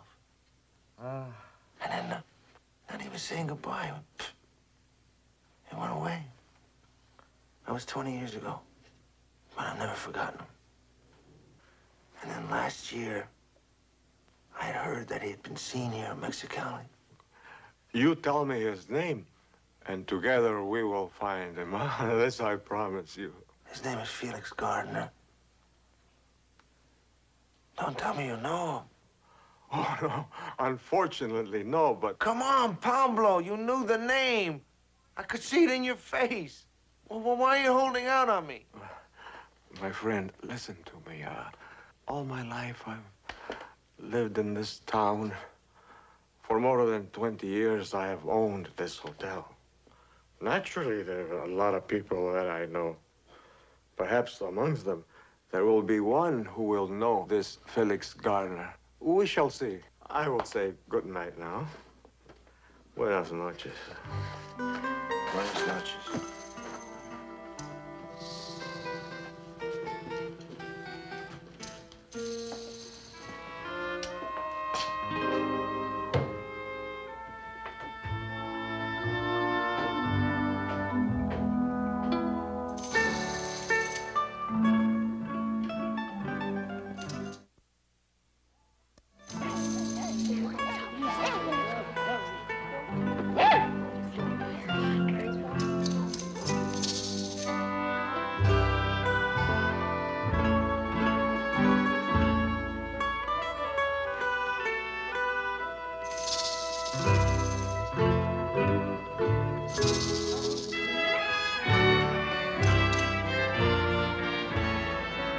Chico, vende, por favor.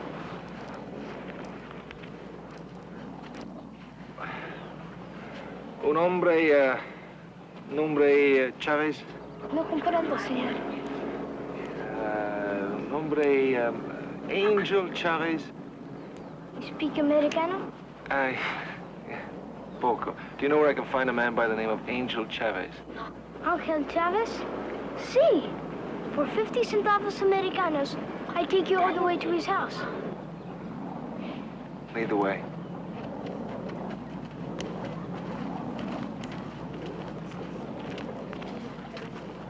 This is the house, senor. All the way, huh? Gracias, senor.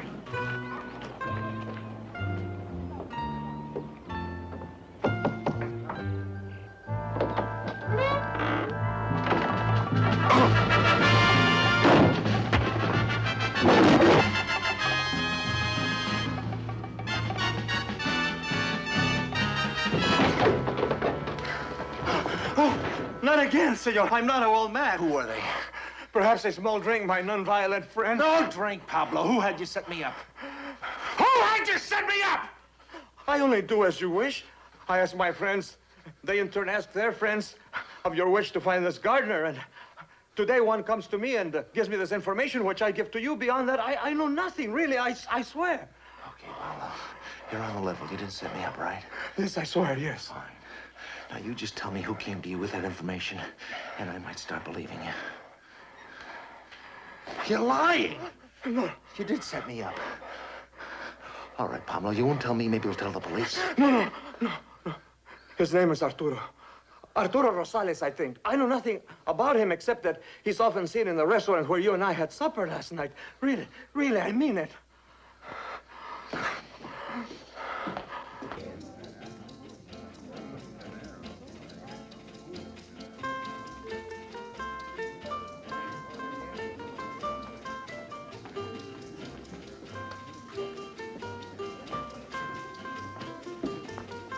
Cerveza, por favor.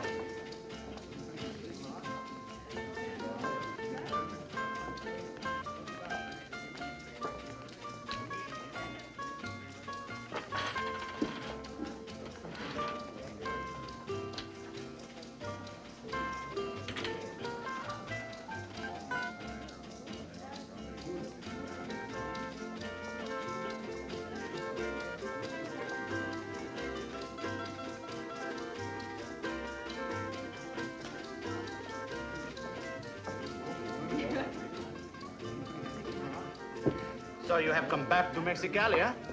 I never left. But you must go. Did I not tell you this while only this morning you lie bleeding on the floor?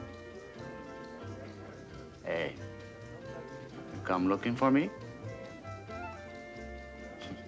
You want some more, huh? I have heard of such men. I only came to talk. But of course. But sit down. We talk, we drink, huh? I will pay, okay? Maria, 2 cervezas para mi amigo.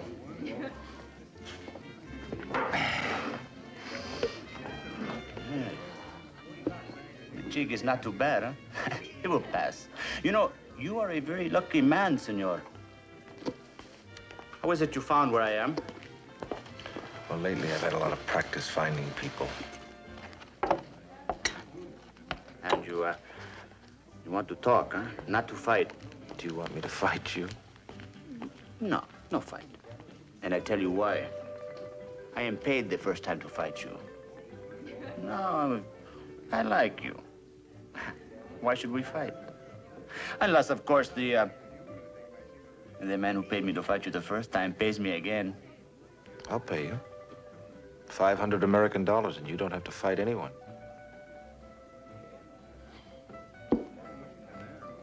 That is a great deal of money, senor. What must I do to earn it? You give me the name of the man who paid you to beat me up, and where I can find him. This I cannot do. When a man pays me to do a job, I cannot betray him. It's bad for my reputation.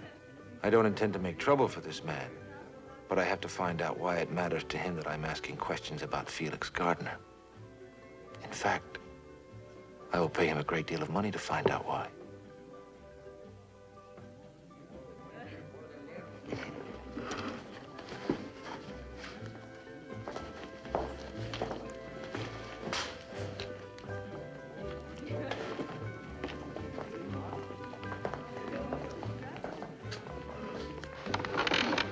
My friend has gone to see this man. You will tell him what you have said. I'm very grateful. Now, he may wish to answer what you ask. Or he may pay us to beat you up again. Either way, we drink, we remain good friends, huh?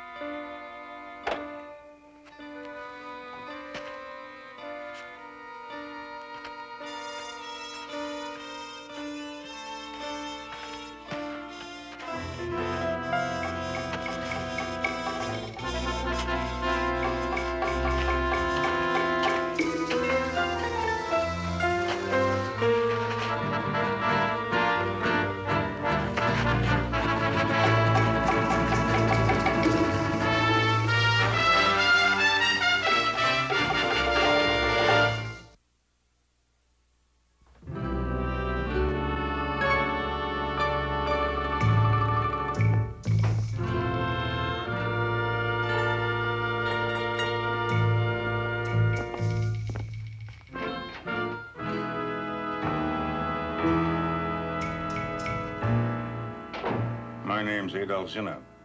I hear you want to talk to me about Felix Gardner. That's right. Go ahead. Can we talk about them going away? Esperame afuera.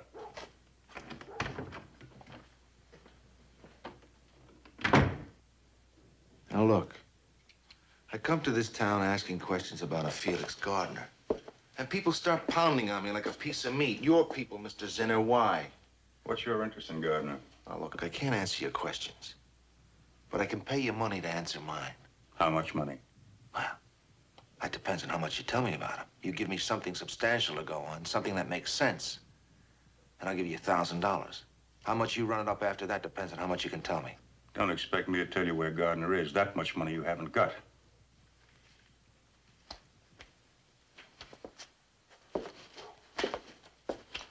You say so.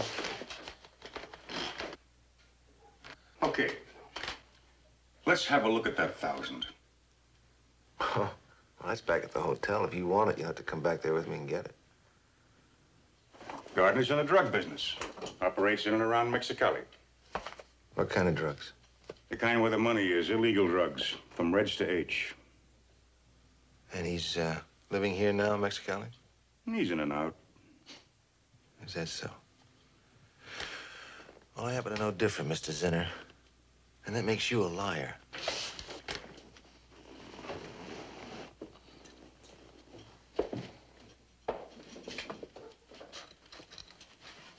Only one thing keeps me from putting you in the hospital. I can use $1,000 just now, so I'll lay it on the line. I'm Felix Gardner. Wait a minute. Let's take this back a little. Before Mexicali, where were you? Nogales, Mexican side. Before that? Well, that is getting back. El Paso, I think it was, yeah, on Juarez. Only there you weren't Felix Gardner, were you?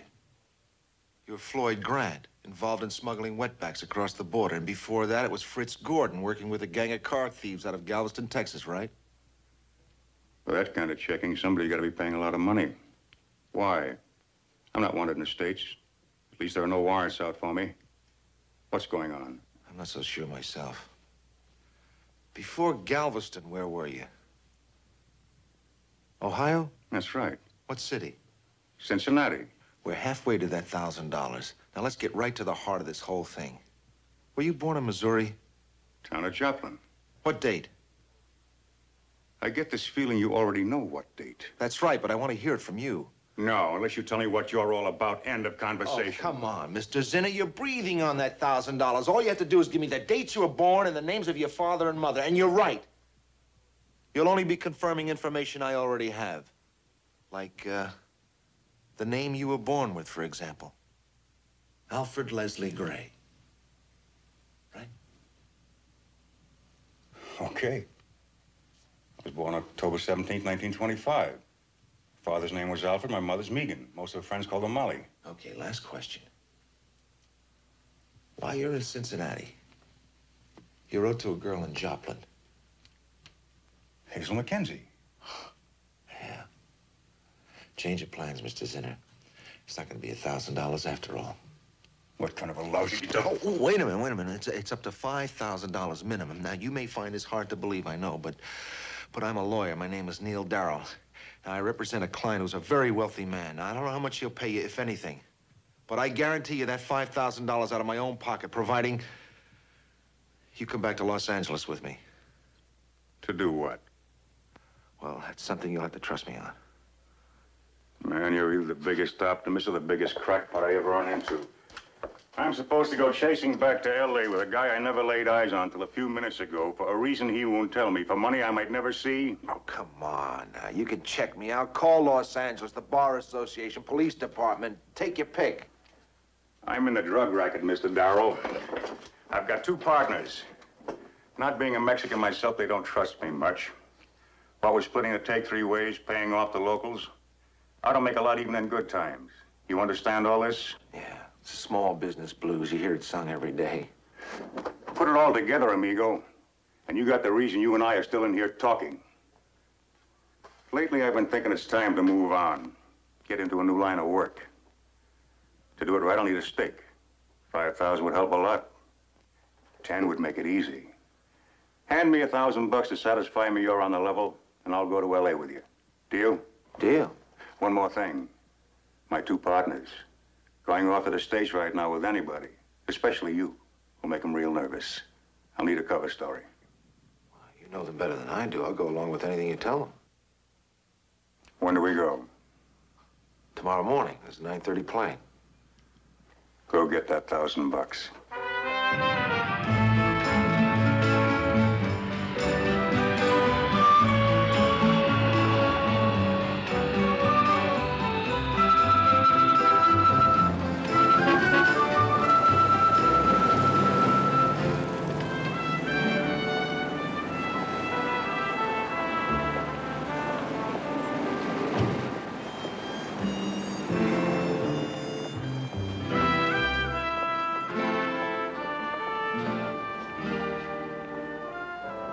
Yeah, well, you're not going to believe what I found. I'm not too sure I believe it myself.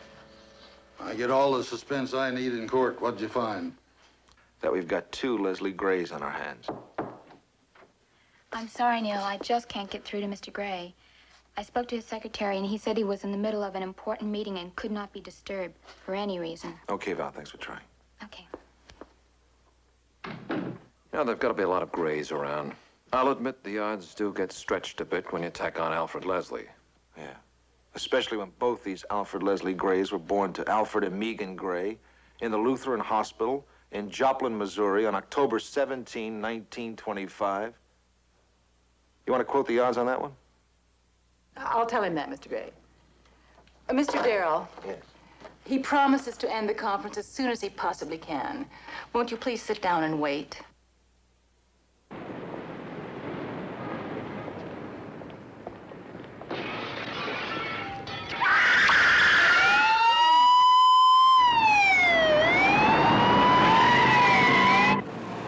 So it seemed the best way to handle it was to have you take a look at him. I'll arrange it when we get to the hotel so that he can't see you.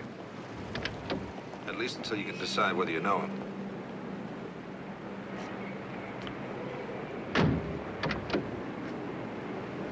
Where do we go?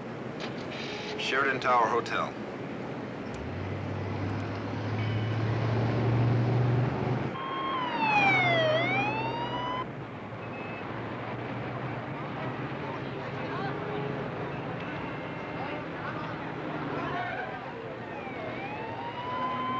What's the trouble, officer? One of the hotel guests came out of a window. What floor? 12, from what I hear.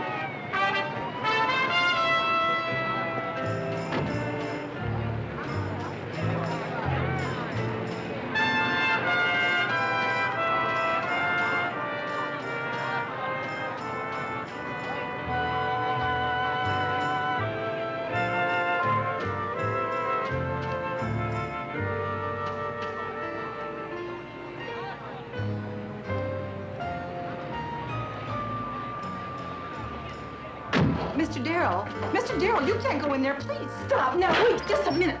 Oh, I'm sorry, Mr. Gray, but he simply wouldn't. It's all right, Joan.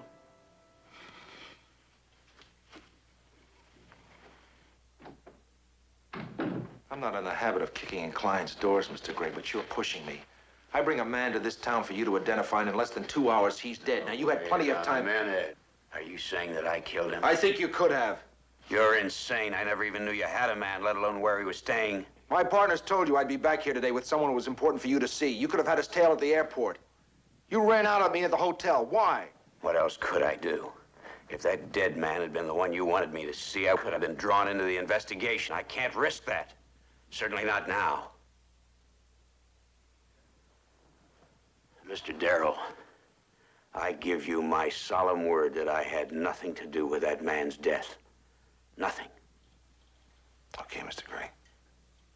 I'm gonna buy that for now, for 2 reasons. One, because I'm your attorney. And the second, because I want to. But we've got a lot to talk about, and I don't think we should do it here. Hello, Valerie? You found Mr. Nichols yet? Well, keep trying, honey. Yeah, I'll get back to you later. Let me talk to Brian. Yeah, I'm with him now. We'll be at the office in 10 minutes. All right. Mr. Gray?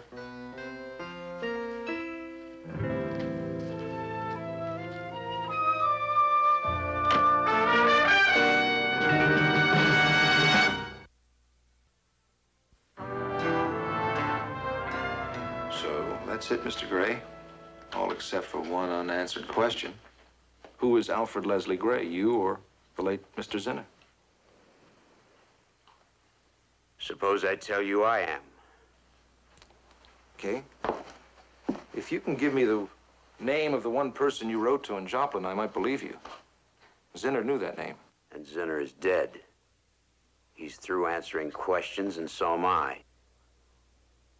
Correct me if I'm wrong, Mr. Darrell, but I believe you're working for me. And if you want to keep it that way, you better play straight with me. I hired your firm to do a job. You've done it. Send me your bill. Oh, no, Mr. Gray. A man's been murdered. And you can bet by now the police know I'm the one who checked him into that hotel. Now, they're going to be asking me a lot of questions, and when they're through with me, it'll be your turn. Not unless you tell them about me, and you can't do that. You're acting as my attorney. I almost got myself killed acting as your attorney down in Mexico. So if you're depending on my sense of ethics to keep your name out of this mess, forget it. Unless you fill me in on everything you know right now, and you better make me believe it. Easy, Neil. Come on. Look, you know whatever you tell us will be held in absolute confidence. But we can't help you if you hold anything back.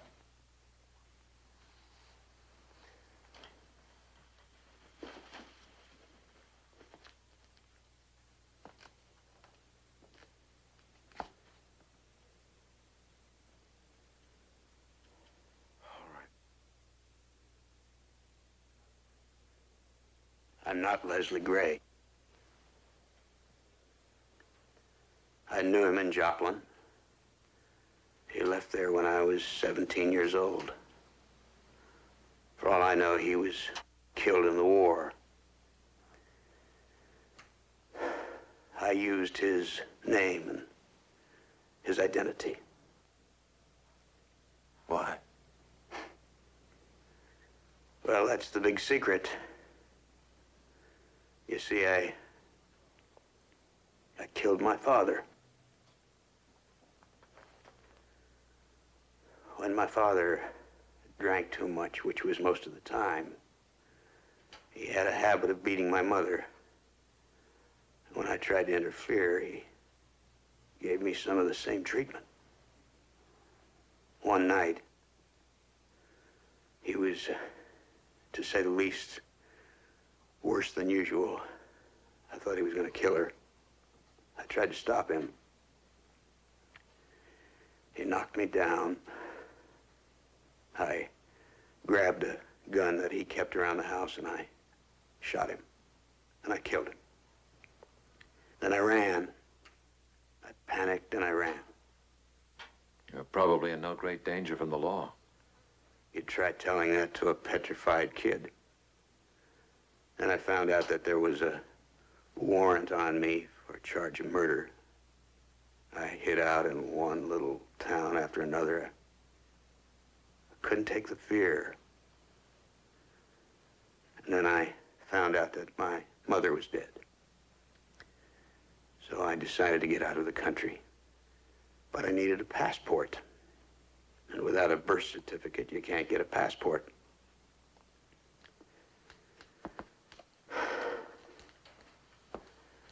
Then I remembered Al Gray. No one really knew what had happened to him, and no one seemed to care. I wrote to Joplin, asking for his birth certificate, and I signed his name to the letter. There was nothing to it. In 2 months, I was in Europe, and my name was Alfred Leslie Gray.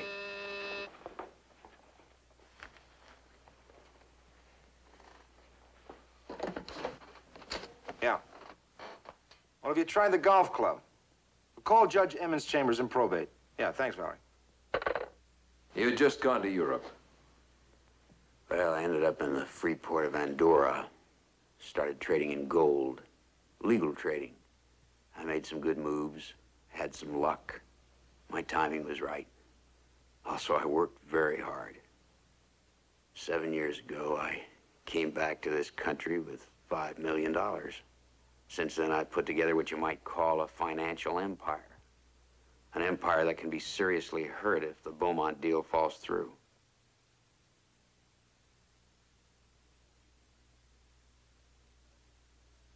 How much more time do you think you'll need? 2 days, 3 at the most. You think you could keep me out of it that long? I don't know. I'll give it a try. No, I tried there. They gave me your number. If he does, will you please have him call his office? Thank you. No luck? He could be with any one of 100 people. Yeah, or on a park bench counting the sparrows. Keep out of that. Okay. Neil Darrow? Yeah?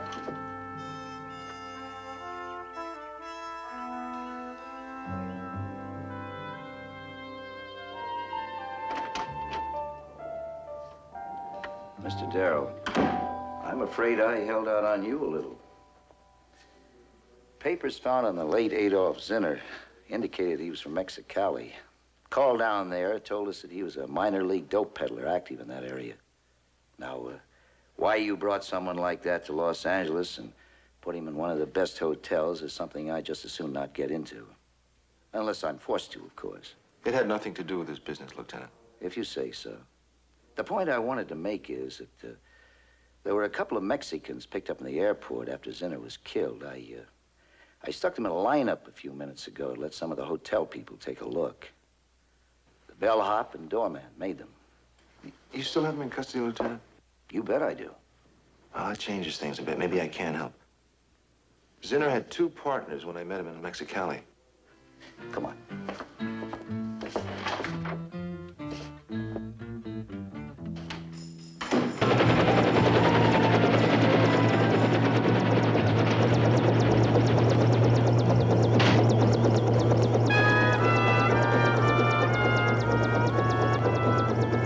I never did find Walt. He's in the house now making a phone call. I found him at that bench he discovered at the music center. Where have you been? In jail, Mr. Gray. I owe you a sincere apology.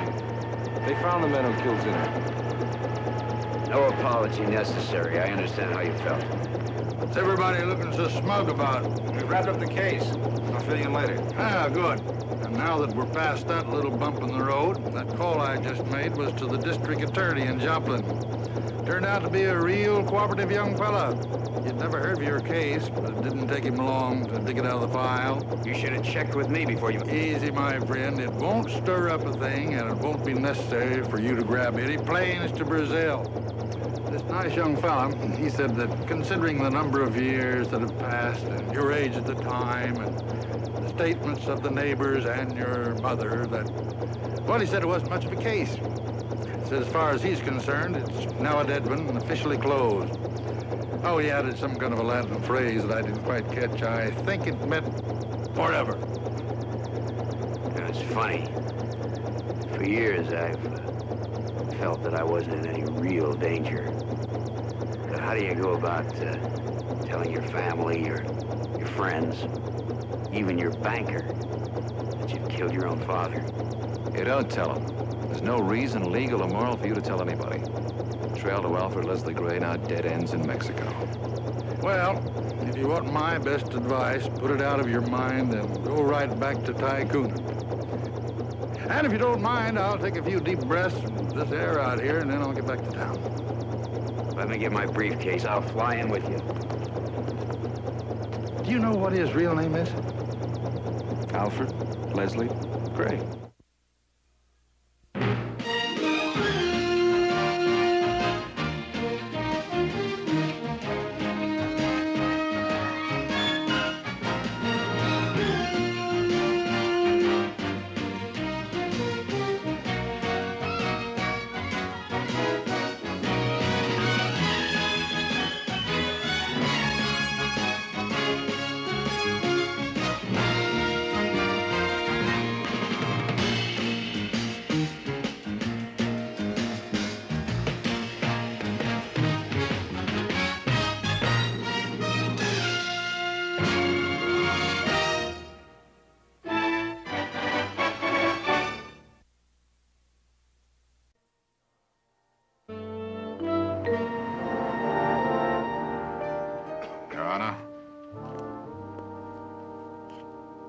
Ladies and gentlemen of the jury, it is the duty of the prosecution to prove beyond a reasonable doubt the guilt of the accused.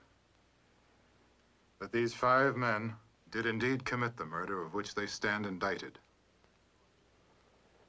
Now, we've proven during the course of this trial that these men were in the immediate vicinity of the crime. That they were well acquainted with the victim, Danny Otta, who was a member of their own tribe. And that there was trouble between them.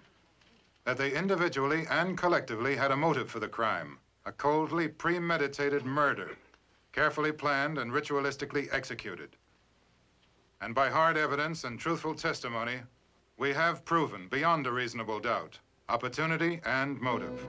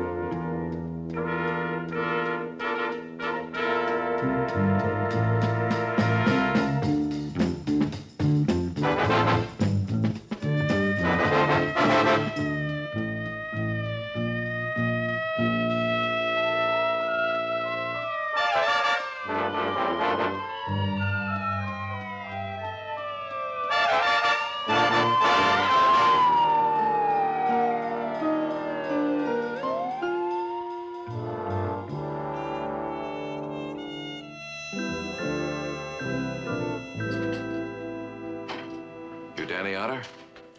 That's me. I'm Brian Darrell of Nichols, Darrell, and Darrell. I'm your defense counsel. I told him I didn't need a lawyer. No, it's not that simple. You see, the court appointed me. Now, if you don't want me to represent you, the court will appoint somebody else. You're trying to tell me that I can't get in without you? Or somebody like me. You make it sound like some kind of exclusive country club. You can't get in unless you're accompanied by a member, is that it? Yeah, that's it. Well, then guys like you can get rich just trying to get guys like me into the club. All right. How much is it going to cost me? Nothing. How do you want it? Check, cash, money order? I'll take it out in cooperation. Have the police questioned you? You don't work for me, you work for the court. When I work for a man, he pays me. When a man works for me, I pay him. I'm not on welfare, and I don't need no handouts. Now, how much is your fee? Depends. Anything from nothing up. Will 5,000 do for a starter? Can you afford it? The judge never asked me that question. I'll put your check in the mail, will you? Tell him to send me my checkbook on your way out.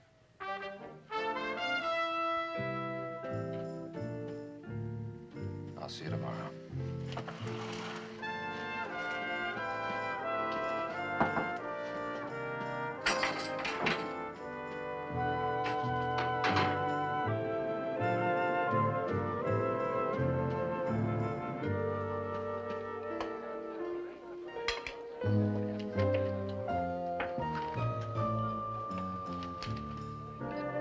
Hi, Jeff. Mind if I sit down? Yes. You're a hard man to find. Obviously not hard enough. I'll have to find another place to hide. I won't breathe it to a soul. Cameriere. What do you recommend? Let me make a deal. Voluntary manslaughter. Un po' di stracciatella, un'insalata con limone e olio, e un po' di Chianti. And both checks, please. Save your money. I can't be bribed by a plate of yesterday's veal parmesan. What do you have besides the veal? Eyewitness to the crime. Only one. That's all I need. According to the transcript of the preliminary testimony, you had 5 other men up there.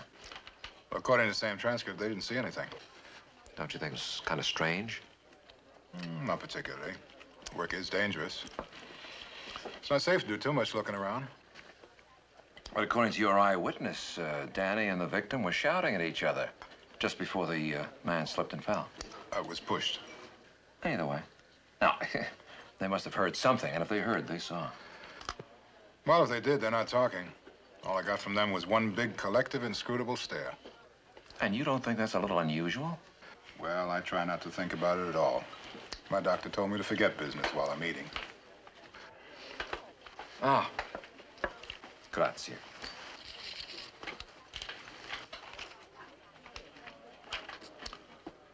Take the deal, Brian.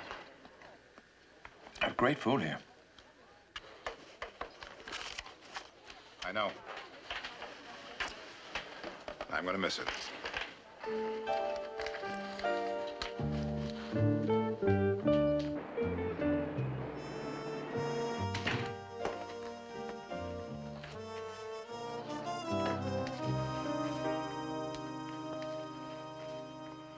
Well, don't you say good morning?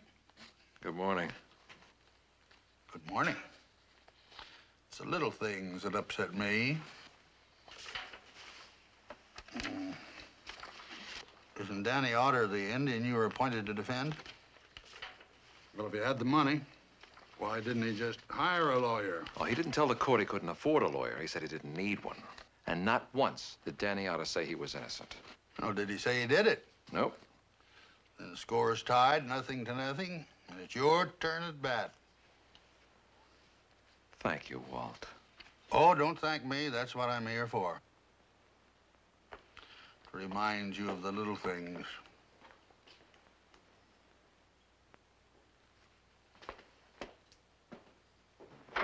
Justice. That's just another word, man. I've been looking for it all my life. I'm still looking. Well, they say I killed a man, right? And suddenly justice comes looking for me. Is that the way it's done? Man has to throw a bomb or burn a building or kill another man before he gets his fair share of justice. We're talking about two different things. That's a fact. I'm talking about the kind of justice that makes things right, and you're talking about the kind of justice that comes looking for you when you've done something wrong.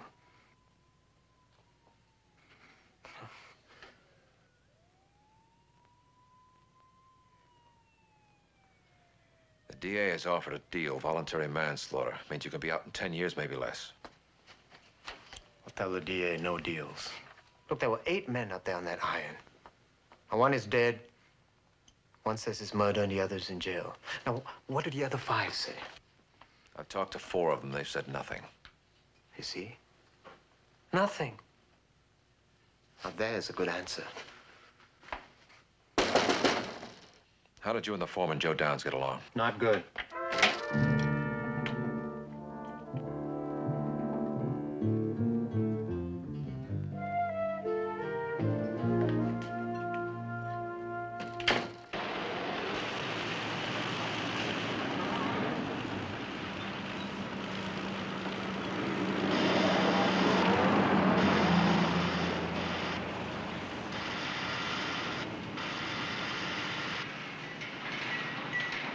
You Joe Downs? That's right. I'm Brian Darrell, Danny Otter's lawyer. I don't expect him. And you know why I'm here. I told him everything I knew at the hearing. They wrote it down. Didn't you get a copy? It's right here. All right. Then you know everything I know. You don't mind if I ask a few questions? Did I stop you? No. All right, you got 2 minutes. You got any more questions after that, you'll have to follow me up there and ask them.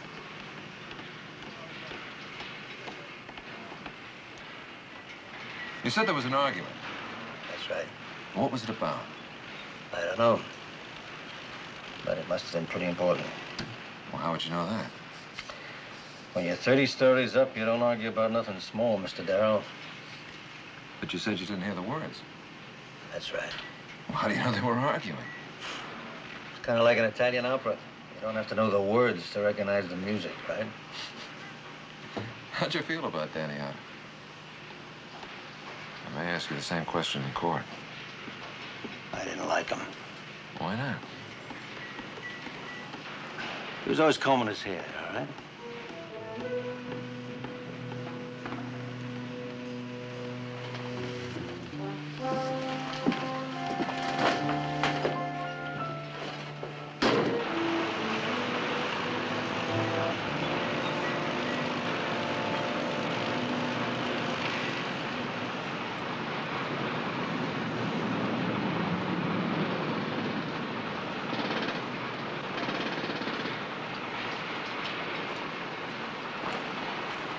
You look, Dennis? Yeah. I'm Brian Darrell, Danny Otter's lawyer. Could I talk to you for a minute? Are you a friend of Danny's? We work together. We're from the same tribe. That's not what I asked. Mister, would you work up there with someone who wasn't your friend? No, I wouldn't work up there with my own brother. Not many people would. That's why we do. Mr. Dennis, I'd like to talk to you about the accident. Nothing I can tell you. I talked to the other men who were up there. They said the same thing. The only man who seemed to see anything was Joe Downs, the foreman. Now, why don't you talk to him? I already did. According to him, he heard an argument, shouting, looked up and saw the whole thing.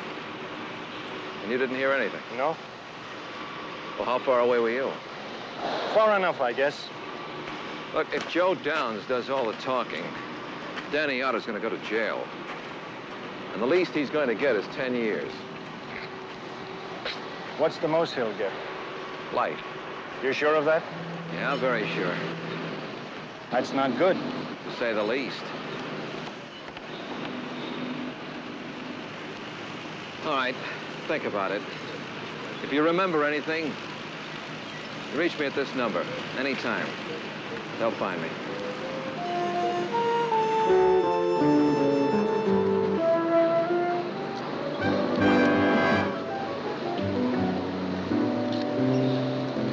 We have to talk.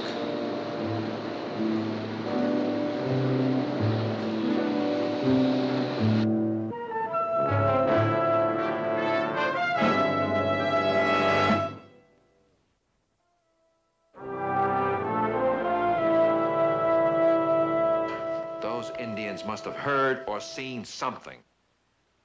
Well, maybe it was murder, and they figure one witness is enough. It's a possibility, but I doubt it. Maybe they're afraid, you know? When a man spends most of his life on a reservation, he either gets kicked around or ignored every time he steps outside of it, well, he's bound to feel a little defensive or at least uncommunicative. That might explain part of it, but not a client who behaves like a hostile witness. Well, he's got a right. The law guarantees him a fair and impartial trial. And all the law requires of him is that he be there for the proceedings. Now, Danny Otter, he'll be there. The rest is up to you. You know, Walt, sometimes you strike me as being a little pompous. Only a little? Well, in this case, I think a little more than usual. Two men standing on a narrow steel beam 30 stories up having an argument. About what? Money, women, taxes, religion, war. Which one? Money, taxes, war? Like the man said, nothing small. Women? Danny isn't married. Well, he must have some girlfriends. Probably more than one. Yeah, what makes you say that? Well, he's young, he's good looking, and he combs his hair a lot. What about the victim? He left a widow, Elizabeth Reynolds. Have you talked to her yet? No, she went back to the reservation to be with her family. But she's due back in a day or so.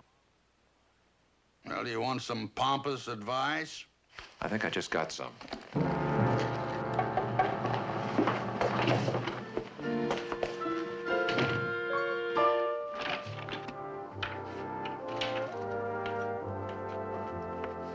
Sit down.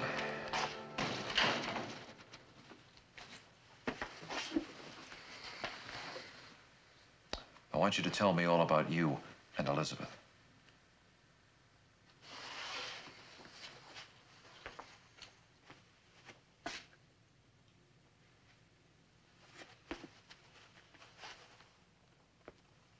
Elizabeth who?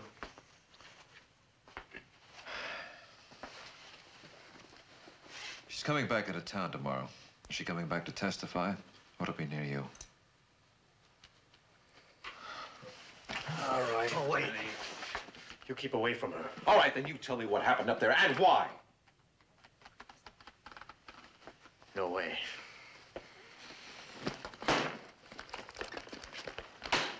There's an article in there. It's called A Cruel and Unusual Night. It tells what it's like to live on death row and die there right down to the last miserable detail. And so? So I want you to read it and think about it. Thanks. Well, give me something to do when you're not around. But you listen to me and you remember this. You work for me, you do what I tell you. You keep away from her. Sorry, I can't do that. I'll have you taken off the case. The court will assign someone else, and he'll talk to her.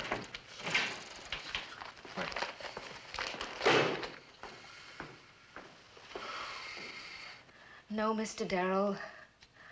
I can't think of any reason why Danny would want to kill my husband. They were friends. Grew up together on the reservation. They roomed together when they were apprentices before they moved up to the high work. Well, can you think of any reason they might argue? Like I said, I know, they were friends. But even friends argue. I can't think of any reason. How old do you know Danny? We all grew up together. I've already told you that. It's not an answer. We've known each other all our lives. Could they have been fighting over a woman?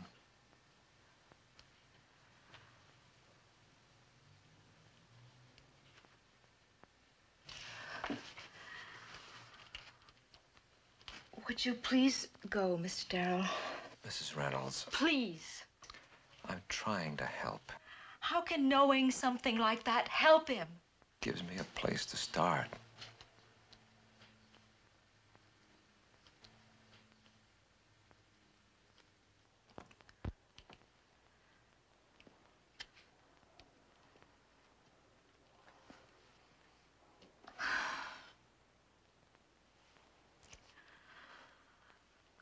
About 2 months ago, Sam's brother was killed. He fell. My husband went back to the reservation. And while he was gone, Danny dropped by. Just that once, I swear, Mr. Darrell, just that once, and nobody knew about it. My husband didn't know. No one knows, Mr. Darrell. And let's try and keep it that way. Could hurt Danny's case. Thank you, Mrs. Reynolds.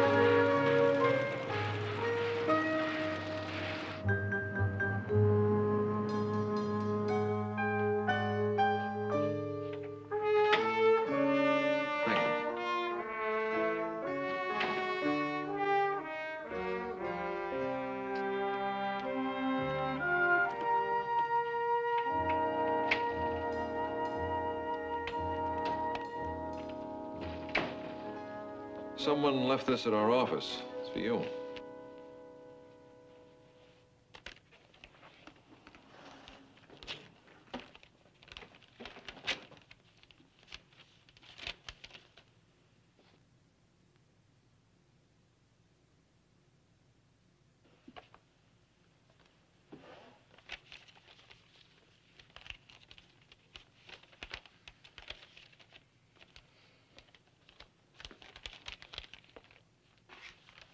Hey, what's it like outside? And what kind of a day is it? Warm for this time of year, a little windy. Now, what are you doing inside on a day like this? You should be outside. The girls in their thin dresses, wind blowing. A man ought to be out among them. Danny, does that letter have anything to do with this case?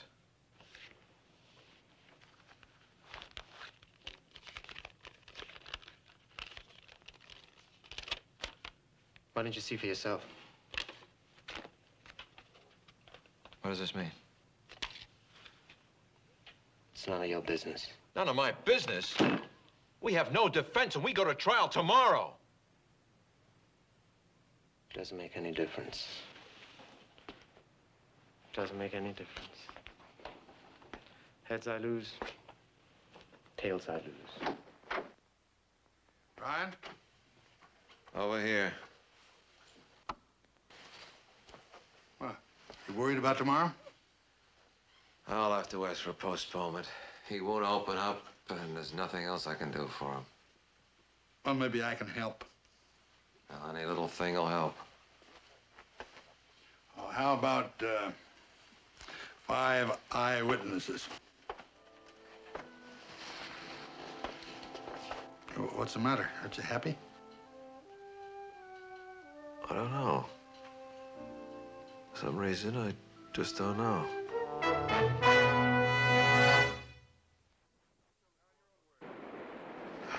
Now, in your own words, Mr. Downs, will you tell the court what happened at the construction site at approximately 2:30 p.m.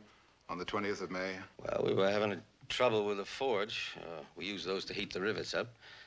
And I was working on it, fixing it, and I heard an argument. I looked up and I saw him and Sam. By him, you mean the defendant, Danny Otter? Yeah. I saw Danny and Sam having this argument. And I figured I better get over there and break it up. 30 stories up, there's no place to have a disagreement. But before I could make a move, Danny reached out and pushed Sam. Was there a struggle? You mean, were they fighting? Yes. No, they were just standing there yelling at each other, and then suddenly Danny just reached out and shoved. Deliberately? Objection. Sustained. Did it appear to you that he was deliberately pushed? Yeah. Your witness. Where were you standing when the victim fell, Mr. Downs, in relation to Danny and Sam? Well, Danny was standing like this, and Sam was standing like this, facing him. Just hold that, please. So it's your testimony, then, that Danny had his back to you, and Sam was partially obscured by Danny's body? Yeah. But I could tell what was happening. But not clearly. Clearly enough to see it was murder.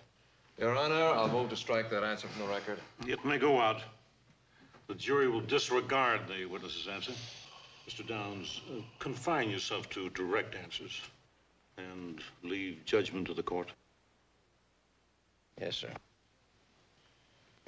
How did Danny move when he reached for Sam? You mean when he pushed him? If the court please, I'll make the same objection. Strike that from the record. Mr. Downs, just answer the question, please. He moved very fast. Now, there was no struggle. He moved very fast. It was all over very quickly, and you were partially obscured, so you couldn't see everything that happened. I saw enough. I don't want your interpretation of what you saw. Why are you so eager to have this court believe it was murder? Objection, Your Honor. I'll withdraw the question. I have nothing further of this witness. Any redirect, Mr. Skinner? No more questions. It makes the score 1-0. Witness may step down. That's all right. They have only one eyewitness. We have 5. We do?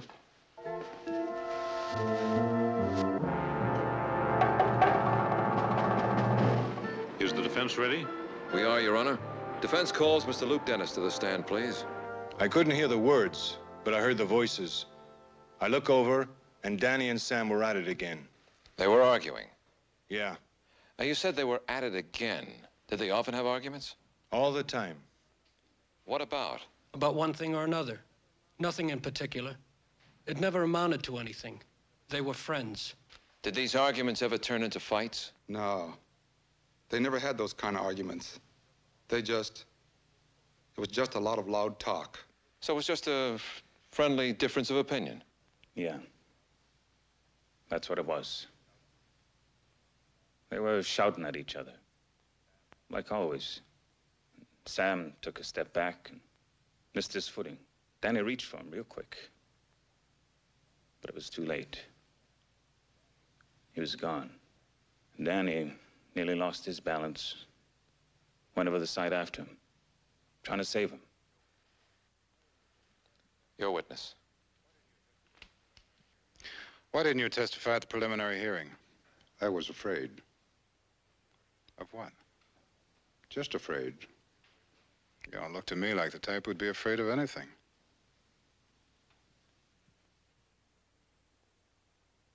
No more questions.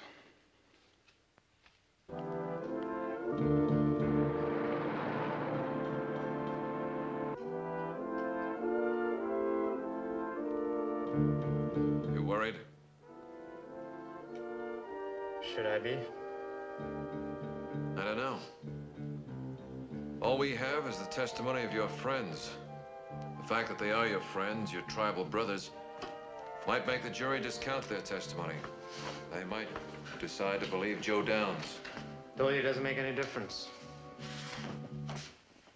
Heads I lose and tails I lose. Jury's coming in.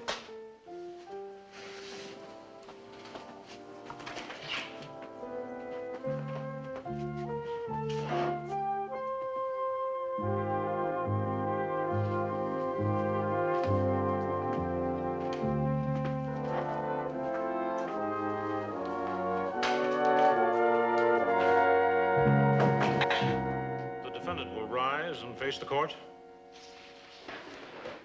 And will the foreman of the jury please pass the verdict to the clerk?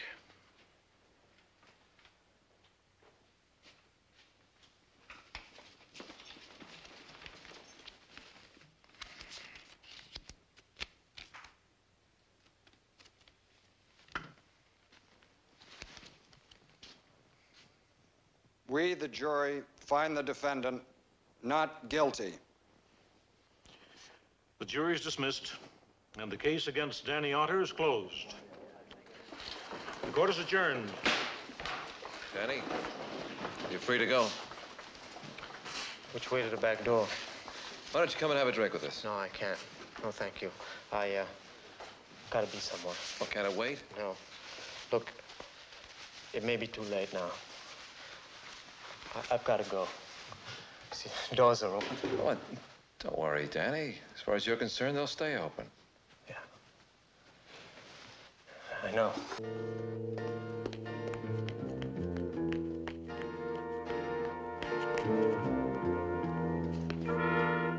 See you. I think I need a drink.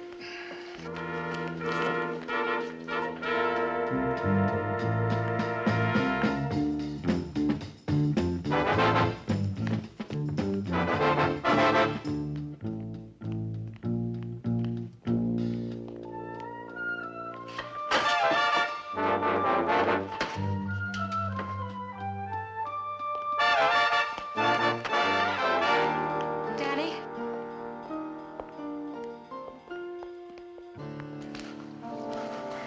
The keys to the car. It's in the parking lot across the street. How did Sam find her? Did you tell him? Someone must have seen us. One time. Step out of line just once. And all the lights are on. The whole world's watching you. I'm sorry, Danny. No, it's not your fault. I could have said no. But all I wanted to do was carve another notch.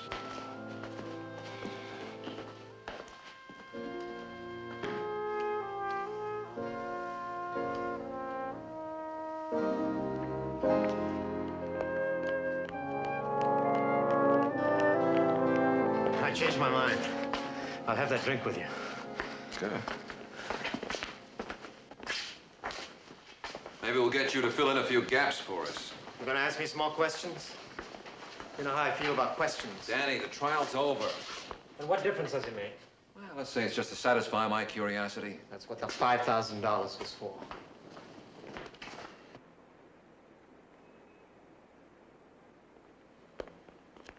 You don't mind if I go ahead and ask anyway?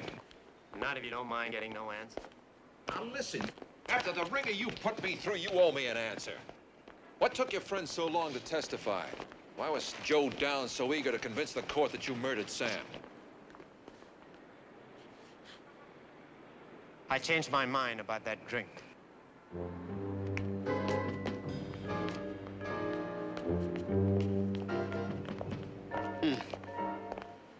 Probably was murder, hmm?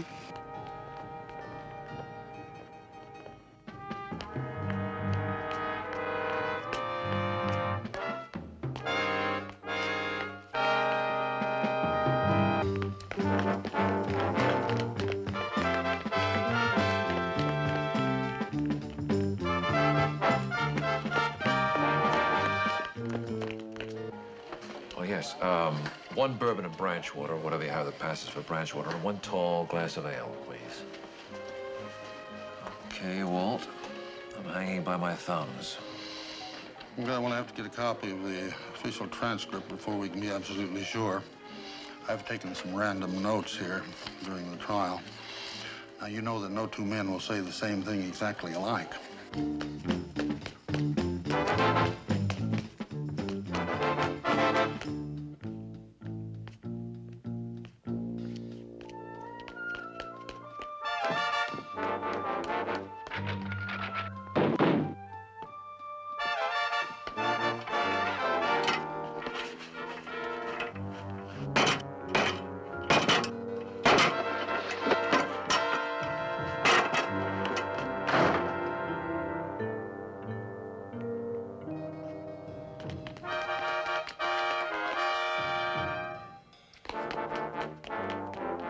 It wasn't until the second man testified that I started taking notes. There were too many points of similarity between his story and the first witness. Well, isn't it possible he might have picked up the phraseology during the testimony? Possible, not to such a large extent.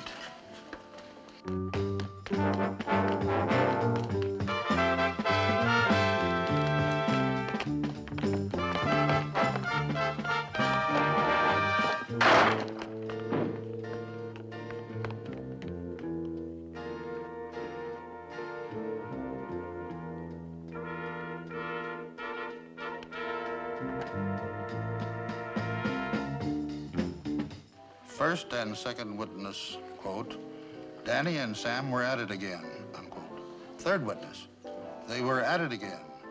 Fourth witness. Danny and Sam were at it again. Correct. Not arguing, bickering, fighting, or discussing, but at it again, which begs the question. That wasn't my next question. Did they often have arguments?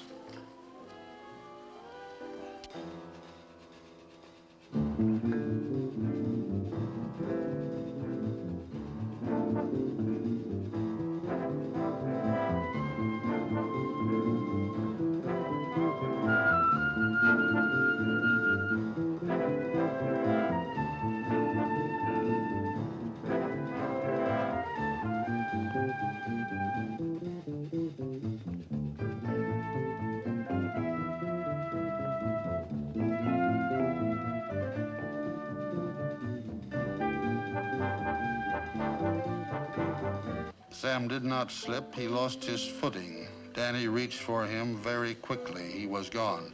Now, each man in his testimony used the same key phrase. It's like a well-rehearsed play. They lied. They perjured themselves. Why?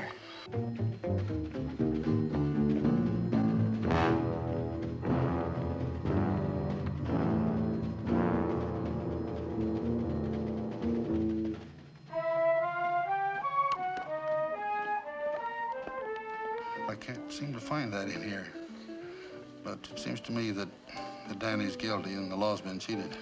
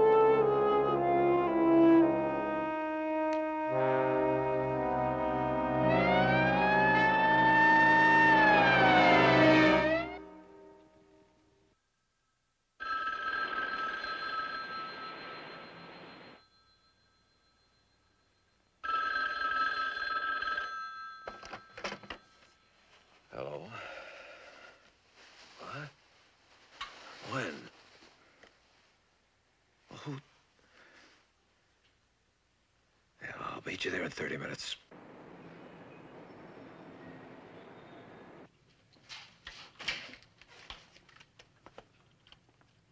Ah, Brian. I want you to meet our new clients.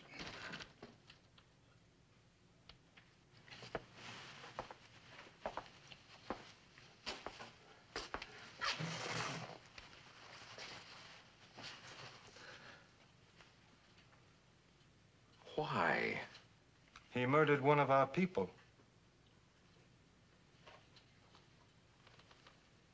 All you had to do was testify, and the court would have punished him. We thought he'd be found guilty even if we didn't say nothing. You were probably right. But you told me the most he'd get was life in prison. And that's not enough. He had to die. It's the law. Well, it's not our law. You have rules that can be bent and twisted. They take into consideration the fact that people are human. That's why laws have to be strong. Because people are weak. Don't your laws consider mitigating circumstances? That Danny might have had a reason? That maybe, just maybe, Sam might have threatened to kill him because he found out Danny been with his wife? Sam wouldn't have hurt Danny. They were friends, almost brothers. Well, if that's true, then why would Danny kill Sam? Because Sam told him he was going to punish his wife. And Danny knew what that meant.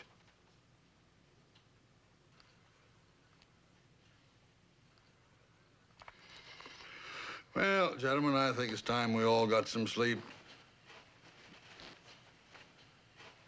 We can talk again tomorrow.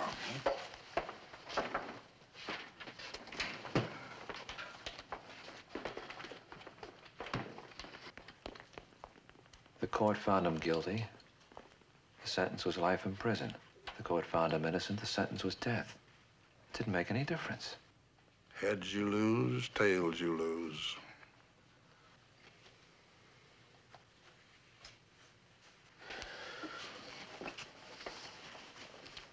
They perjured themselves to get him off so they could kill him. That's just about as cold-blooded and premeditated as you can get. Well, just what kind of a defense can we come up with? The law takes into consideration the fact that people are human, remember?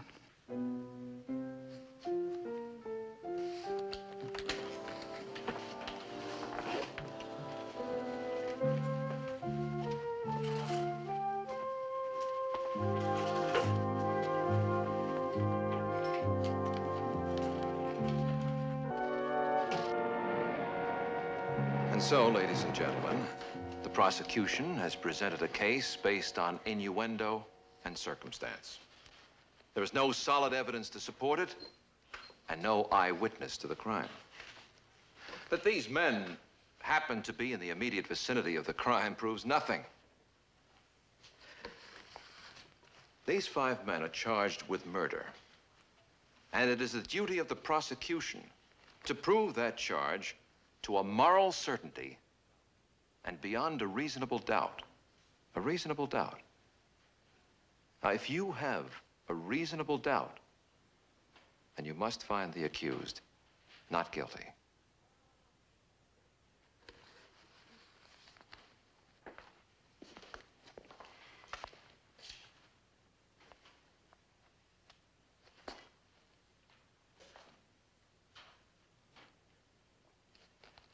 If, on the other hand,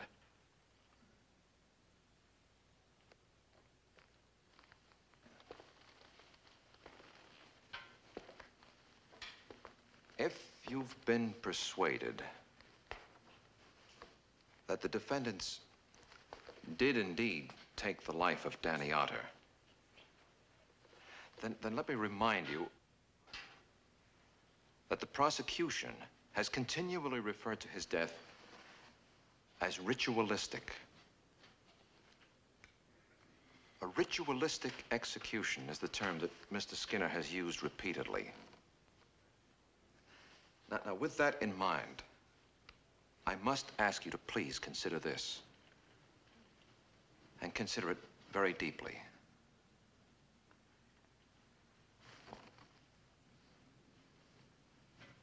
You are looking at those 5 men across 200 years of broken promises.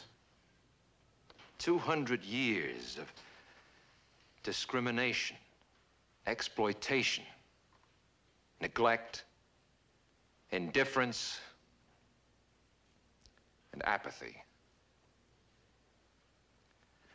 They are a people who have been deliberately insularized by us, kept apart from our society on reservations, which were conceived by us, not by them. And when we need them, we take them off of the reservation and we use them to perform work too hazardous for us. They come into an alien and hostile world, and we expect them to conform to its culture as if it were theirs. And when we're finished using them, well, then we send them back into that other world with laws and traditions of its own. A world that was here long before we came to this continent. With our encouragement, they continue living the old ways by tribal law, which was handed down from generation to generation. And according to that law, if any member of the tribe should take the life of any other member of the tribe, he must die. Not by vengeful murder, no. No, but death by solemn and ancient ritual. So, if you believe the defendants did kill Danny Otter, then you must remember that it can be considered nothing more than a carrying out of sentence. An execution prescribed by tribal law and carried out legally under that law. How can we then, in good conscience, convict them? How can we sit in judgment on them? Apply the standards of our community to them, mete out punishment to them under our system when we haven't really admitted them to that system? Where is the justice in that? Where is the humanity?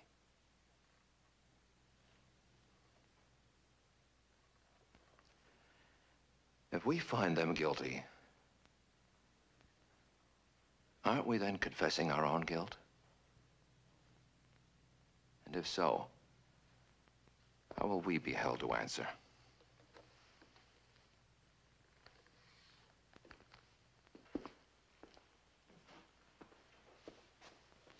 Any rebuttal, Mr. Skinner? Yes, Your Honor.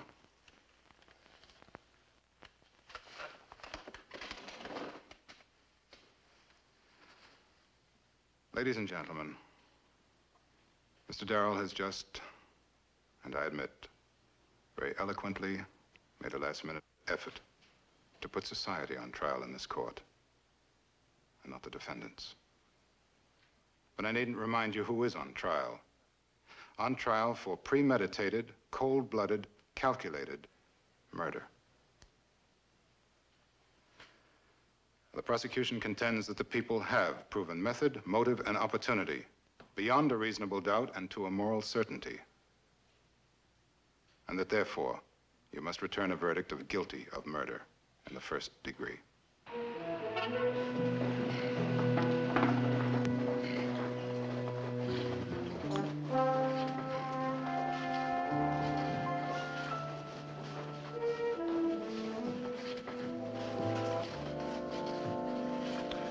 Let the record show that the defendants, all counsel, and all the jury are now present in the court.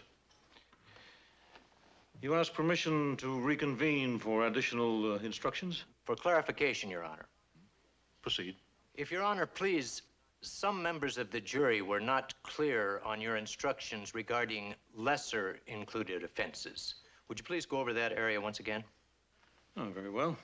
The defendants have been charged with murder in the first degree. A verdict of not guilty will acquit the defendants of the charge and all lesser included offenses. It's within the purview of the jury, however, if they see fit, to bring in a verdict of guilty, either of the charge or of any one of the lesser included offenses. Murder in the second degree, voluntary manslaughter, or involuntary manslaughter. Thank you, Your Honor. In that case, we've arrived at a verdict. You have? Are you certain? Yes, Your Honor. All right. The defendants will rise and face the court.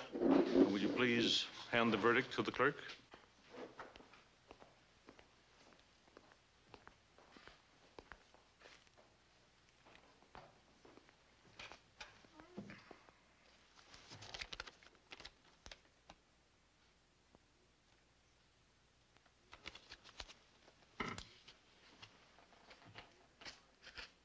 We, the jury, find the defendants guilty of the lesser included charge of voluntary manslaughter.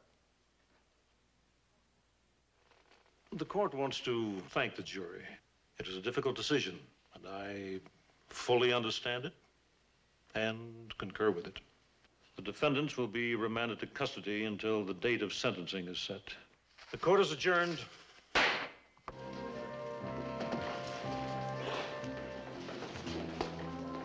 It was a fair verdict. The sentence won't be too harsh. We'll be in touch with you in a day or so.